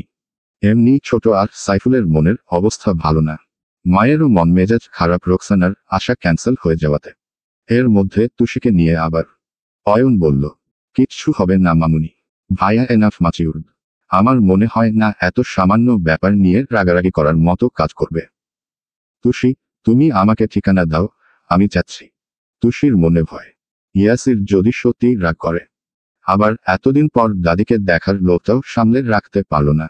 দোনামোনা করে বলে দিল, কারওয়ান বাজারের ওভার ব্রিজের ডান পাশ দিয়ে যে গলে গিয়েছে, ওখান থেকে 2 মিনিট হাঁটলেই বস্তি পড়বে। 27 নম্বর ঘরটা আমাদের। অয়ন মাথা নাড়ল, তারপর দাঁড়ালো না। যুদ্ধ জিততে যাবার মতো করে বাড়ি ছাড়ল তাড়াহুড়ো পায়। ইউসা শুকনো মুখে চেয়ে রইল সেদিকে। তার ভেতরেও একই আশঙ্কা, মেতো ভাইয়া যদি রেগে যান। তুষির জন্য অয়ন ভাই অশান্তি করতে এমন মেতে উঠলেন কেন? বিশাল গাড়িটা বস্তির গলিতে এসে থামতেই যেন আকাশ থেকে পড়ল এক একজন। কাজ বাজ ফেলে হা করে চেয়ে রইল তারা। অয়ন দরজা খুলে নামল। বস্তির এই জায়গা খুব স্যাঁতস্যাঁতে, নোংরা। এদিক সেদিকে ডাস্টবিনের ময়লা ছেটানো। ভনভন করে মাছি উঠছে কোথাও। দুপুরের দিকে ঘন্টা খানেকের বৃষ্টি হয়েছিল, রাস্তা ভাঙা। একদম মাঝখানের ইট উঠে কুয়োর মতো ডেবে আছে। গাড়ি আর সামনে এগোনো যাবে না। অয়ন চারপাশ দেখল। সবে 16 নম্বর ঘরের সামনে এসছে। 27 তো তাহলে আরো ভেতরে। কিন্তু এমন প্যাচ, দুদিকে সমানতালে দুটো গলি ঢুকেছে। কোন দিকে যাবে বুঝতে পারছেন নাও। একবার আশপাশ ফিরতেই কিছু হতভম্ব হলো। সবাই কেমন অবাক হয়ে দেখছে। অয়নের কপালে ভাঁজ পড়ল। সানগ্লাসটা খুলে বোতামের হুকে রেখে ফের দেখল এদিক সেদিকে। পরপর হাত নাড়তেই দৌড়ে এক কিশোরে এসে সামনে দাঁড়ায়। ও জিজ্ঞেস করে, তুষিদের ঘর কোনটা বলতে পারবে? মাথা নাড়ল সে। হাতটা লম্বা করে বলল, ওইদিক দিয়া সোজা যাইবেন। Thank you. এবারেও মাথা ঝাঁকায় ছেলেটা। অয়ন দেরি করল না, হাঁটা ধরল দ্রুত। পেছনে থেকে ভেসে আসা নারী কণ্ঠের কানাঘুষা ও তখনও স্পষ্ট শুনতে পাচ্ছে। কেউ একজন ফিসফিস করে বলছেন, সবাই খালি তুষিগো ঘর খোঁজে কে? কইতে তো পারি না। কিন্তু ক্যাডা এ বেডা? মনে হয় এইটাই তুষির স্বামী। অমনি অয়ন থমকে দাঁড়ালো। 1 সেকেন্ড, 2 সেকেন্ড। পরপরই হাঁটা ধরল ধীর পায়। কানের কাছে খুব করে বাজল, তুষির স্বামী। তুষিদের ঘর আরো ভেতরে। একদম শেষ মাথায় হয়তো। দুপাশে ছোট ছোট টিনের ঘর, মাঝে সরু রাস্তা। বৃষ্টি হচ্ছিল বলে ওপরে আবার চালের মতো বিশাল পলি টানিয়েছে। অয়ন যথেষ্ট লম্বা। হাঁটতে গিয়ে পানিতে ভেজা পলি মাথায় লাগছে তার উপর আশপাশ এত নোংরা, দুর্গন্ধ। রুমালে নাক চেপে ঝুঁকে ঝুঁকে কোনোরকমে এসে থামল জায়গায়। ততক্ষণে বস্তির প্রত্যেকটা ঘর থেকে এক একটা মাথা উকিঝুঁকি দিয়ে তাকে মেপে ফেলেছে। তিন্নির মা কাপড় কাচ্ছিলেন। অয়নকে দেখে থামল হাত দুটো। ত্রস্ত গায়ের আঁচল টেনে দাঁড়িয়ে গেলেন তিনি। এমন ইন করা শার্ট প্যান্ট পরব লোক আবার কে? কি একটা ভেবে দৌড়ে এলেন রমণী। অধৈর্য চিত্তে শুধালেন, আপনি কি দিয়ে আইছেন? আঙ্গুরে কোনো ভাতে দেয়ার লইগা। অয়ন ভরকে গেল একটু, পরমুহূর্তে ভ্রু কুচকানোর মতো বিরক্তি মিলল মুখটায়। ভদ্রমহিলার হাসি হাসি চেহারায় চেয়ে বলল, ন। তিন্নির মা ঘাবড়ে গেলেন। ন বলেছে। মনে হয় অনেক শিক্ষিত। চট করে সরে এলেন পেছনে। চোখ ছোট করে আপাদমস্তক মাপলেন ওর। তাইলে আপনি ক্যাডা? অয়ন চুপ। তার চোখ 27 নং ঘরের দিকে। দরজায় মরিচা পড়া লোহার তালা ঝুলছে। বাড়িতে কেউ নেই নাকি? ওর চাউনি দেখেই তিন্নির মা ধরে ফেললেন ব্যাপারটা। আগ বাড়িয়ে শুধালেন, আপনি কি হাসনা চাচির কাছে আইছেন? অয়ন নাম জানে না, তবে আন্দাজ করল তুষির দাদির কথাই হবে। মাথা নাড়তেই উনি বললেন, হে তো বাইতে নাই, কামে গেছে। কখন ফিরবে? সন্ধ্যা হইলেই তো আশা পড়ে। আইজ অহনো কেন আইতাছেন না বুঝলাম না। আপনি বসেন, আমি আপনারে একটা চেয়ার দিতাছি। তিন্নির মা ঘরে গিয়ে একটা প্লাস্টিকের চেয়ার নিয়ে এলেন। অয়নের মেজাজের দফারফা অবস্থা তখন। ভেবেছিল এসেই নিয়ে যাবে, সময় লাগবে না। কিন্তু ও হাত উল্টে ঘড়ি দেখল এক পল। 7টা পার হয়েছে প্রায়। ইউসার কেক কাটা বাকি। মেয়েটা নিশ্চয়ই ওর অপেক্ষায় বসে থাকবে। ওর খুব ভক্ত যে। কতক্ষণ লাগবে তুষির দাদির ফিরতে? তিন্নির মা বললেন, আরে বসুন চাচি, আহনের টাইম হয়েছে তো। অনিচ্ছায় বসল অয়ন। ছটফটে চিত্তে হাত ঘড়িতে নজর ফেলল তাও। তিন্নির মা এই পুরো সময়টায় ওকে খুঁটে খুঁটে দেখলেন। ছেলেটা সুন্দর, গা থেকে করা আতরের ঘ্রাণ আসছে। পোশাক কি পরিপাটি, কি পরিষ্কার, দেখেই মনে হচ্ছে অনেক বড় লোক। ভদ্রমহিলা উসখুস করে বললেন, চা খাইবেন? জি না। আপনি চাচির কি হন? কেউ না। তয় খোঁজেন কে? দরকার আছে। আপনাকে বলতে চাচ্ছি না। স্পষ্ট উত্তরে ভদ্রমহিলার কথা বন্ধ হয়ে গেল। মিনসে গলায় বললেন, আমি তো এমনই জিগাইছি। আচ্ছা আপনি বসেন তাইলে। ওর পাল্টা উত্তর এলো না। তিন্নির মা মোড়াতে মোড়াতে কাজে ফিরে গেলেন। বিরক্তি গলে বসে রইল অয়ন। অতিষ্ঠ চোখে তুষিদের ঘরের দরজায় দেখল বারবার। টিনের পুরনো একটা দরজা। এক ধাক্কায় বোধ হয় খুলে আনা যাবে। ভেতরে অত বড় নয় নিশ্চয়। ইস, এরকম জায়গায় মেয়েটা থাকতো কি করে? একেই বুঝি বলে গোবরের পদ্ম ফুল। অত সুন্দর সুশ্রী মেয়েটাকে তো এখানে মানায় না। ওকে মানায় শুধু অয়নদের বাড়িতে, অয়নের রাজ্যে। ছেলেটা মাথা নুয়ে হাসল। চট করে পকেট থেকে ফোন বের করে আনলো হঠাৎ। গ্যালারিতে ঢুকতেই প্রথম ছবিটা বেরিয়ে এলো তুষির। সেদিন ইউসা ছিল না বলে ওর কাছে অঙ্ক বুঝতে এসেছিল সে। কফি বানানোর ছুতোয় খুব সন্তর্পণে ছবিটা তুলেছিল অয়ন। এক হাত কালে রেখে আরেক হাত দিয়ে তুষি খাতায় লিখছে। কত মনোযোগ! বেনুনির ফাঁক গলে ছোট ছোট চুলের কপালে লেপ্টে থাকা অয়ন মন দিয়ে দেখল। ঠিক সেই সময় ছবির ওপরে স্ক্রিনে কারো কল ভেসে ওঠে। মেদুর মুখটা থেকে এতক্ষণে চোখ ফেরাল অয়ন। User call. ধরল না সে। হয়তো কেক কাটবে বলে বাড়ি ডাকছে সবাই। কিন্তু অয়ন যে এখন তুষির দাদিকে সাথে না নিয়ে কিছুতেই ফিরবে না। তুষিকে ও কথা দিয়েছে। একটু হলেও ওর ওই আস্থায় ভরসা করেছে মেয়েটা। ওই ভরসা অয়ন ভাঙবে না। দাদিকে দেখলে তুষি খুশি হবে। হাসবে আলোর মতো। ওই হাসি বিফলে যেতে দেবেন না অয়ন। ও আবার হাতঘড়ি দেখল। কি আশ্চর্য, আধ ঘন্টা পেরিয়ে গেছে, হাসনার কোনো খবর নেই। আদৌ আসবে নাকি? ওদিকে ফোন ফের ভাইব্রেট হচ্ছে। তিতিবিরক্ত চিত্তে কানে গুজল অয়ন। অমনি ইউসা ছটফট করে বলল, অয়ন ভাই তুমি কোথায়? কেন? মেজো ভাইয়া বাড়ি এসেছেন তো? সাথে মনে হয় তুষির দাদি আছে। চমকে গেল অয়ন। কি হো? হ্যাঁ, তুমি প্লিজ তাড়াতাড়ি এসো। অয়ন বিস্ময়ে থেকে ধাতস্থ হতে পারল না। আসছি বলে লাইন কাটল কোনো মতে। এক আমূল দ্বিধায় বিভ্রান্ত সে। ভাইয়া নিজেই তুষির দাদিকে বাড়িতে নিয়ে গেছে। অথচ ওই না নিয়ম জারি করেছিল দেখা করতে না দেয়ার। আজব তো, কি চাচ্ছেটা কি ভাইয়া? ইউসা কথা শেষ করেই দৌড়ে নিচে নামল। বসার ঘরে তখন ওর বন্ধুরাও এসেছে। তনিমা সবাইকে নাস্তা বেড়ে দিচ্ছেন। ইউসা আলগোছে এক কোণে এসে দাঁড়ালো। তার পরনে এখনো শাড়ি। অয়নের সাথে কিছু ছবি তুলবে, তারপর খুলবে এসব। তুষিকে তনিমা তৈরি হতে পাঠিয়েছেন। মেয়েটার আজ জন্মদিন, এমন বাসি মুখে ঘুরবে নাকি? জয়নবও হাজির হয়েছেন মাত্রই। ওকে দেখেই বললেন, কি গু সুন্দরী রমণী, আজ হঠাৎ শাড়ি পরলে যে? ইউসার মুখটা হাসি হাসি। বারবার উদ্গ্রীব চোখে তুষির ঘরের দিকে দেখছিল। এখনো আসছেন না কেন? ইউসা বারান্দায় দাঁড়িয়ে ইয়াসিরকে গেট দিয়ে ঢুকতে দেখেছে। বাইকের পেছনে এক জরাজীর্ণ বৃদ্ধা নারী ছিলেন। ইউসা নিশ্চিত ওটা তুষির দাদিই হবে। এই ক মাসে মেয়েটার দাদির এত বর্ণনা দিয়েছে, ওর মুখস্থ এখন। ইস, তুষি যখন দেখবে ওর প্রাণপ্রিয় বিটকেলি ওর দাদিকে নিয়ে এসেছে, খুশিতে অজ্ঞান হয়ে যাবে না।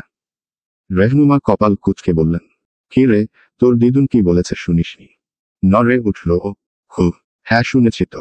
এমনি পড়েছি দিদুন, হঠাৎ ইচ্ছে হলো আর কি। কেন, ভালো লাগছে না? ভালো লাগছে না আবার? একেবারে আসমানের পরীর মতো লাগছে। লজ্জা পেয়ে হাসল ইউসা। তুষি সেজেগুজে এসে দাঁড়িয়েছে তখনই। খোলা চুল, পরনে সমুদ্রের মতো নীল রঙের ভারী কাজের আনারকলি। ঠোঁটে লিপস্টিক। এইসব কিছুই ইউসার দেয়া। রেহনুমা মেয়ের চিবুক ছুঁয়ে বললেন, আমার মেয়ে তো পরি আম্মা। মাশাল্লাহ, কারো নজর না লাগুক। মনে হচ্ছে শাড়িটা তোর জন্যই কেনা। ইউসা মিনমিন করে বলল, না বলে আলমারিতে হাত দিয়েছি, রাগ করনি। রেহনুমা হাসলেন, শোনো মেয়ের কথা। রাগ করব কেন? মায়ের যা আছে সব তো তোরই। মাঝে মধ্যে শাড়ি পরিস তো মা। একেবারে পড়ি, মাশআল্লাহ মাশআল্লাহ। মেয়ের মাথা নুয়ে হেনে কপালে চুমু খেলেন রমণী। 5 থেকে। মিন্টু ফোন কেটে বলল, ইস, পড়ি না পেতনি, যার হবে পত্নী, ঘাড় দেবে মটকে, বেচারা চলে যাবে পরপারে লটকে। চোখ পাকিয়ে চাইল ইউসা। তবে রে তেরে যেতে নিলেই মিন্টু চট করে মায়ের পিছনে লুকাল। রেহনুমা গম্ভীর গলায় বললেন, উহু, আজকের দিনে কোনো ঝগড়া না। মিন্টু, যাও ওখানে গিয়ে বসো, বড় মা খেতে দেবে, যাও। মিন্টু তাও জিভবার করে ভিনাল। ইউসা কটমটিয়ে বলল, পাই তোকে দাঁড়া। ও গায়ে নিল না, হেলে দুলে গিয়ে সোফায় বসে বলল, বড় মা, আমাকে শুধু স্মুদি দাও, আমার গরম লাগছে। দিচ্ছি বাবা, বস 2 মিনিট। এতক্ষণ এইসবটা খুব মন দিয়ে দেখছিল তুষি। তারপর দীর্ঘশ্বাস ফেলল মাথা নুয়ে। আক্ষেপের টানাপোড়েনে চৌচির তার বুক। ওরও যদি এমন একটা পরিবার থাকতো, এমন ভাই, এমন বোন। রেহনুমা ইউসাকে বললেন, পায়েস খেয়েছিলি? না। সারাদিন ছোটাছুটি করলে কিভাবে খাবি? দাঁড়া, আমি নিয়ে আসছি।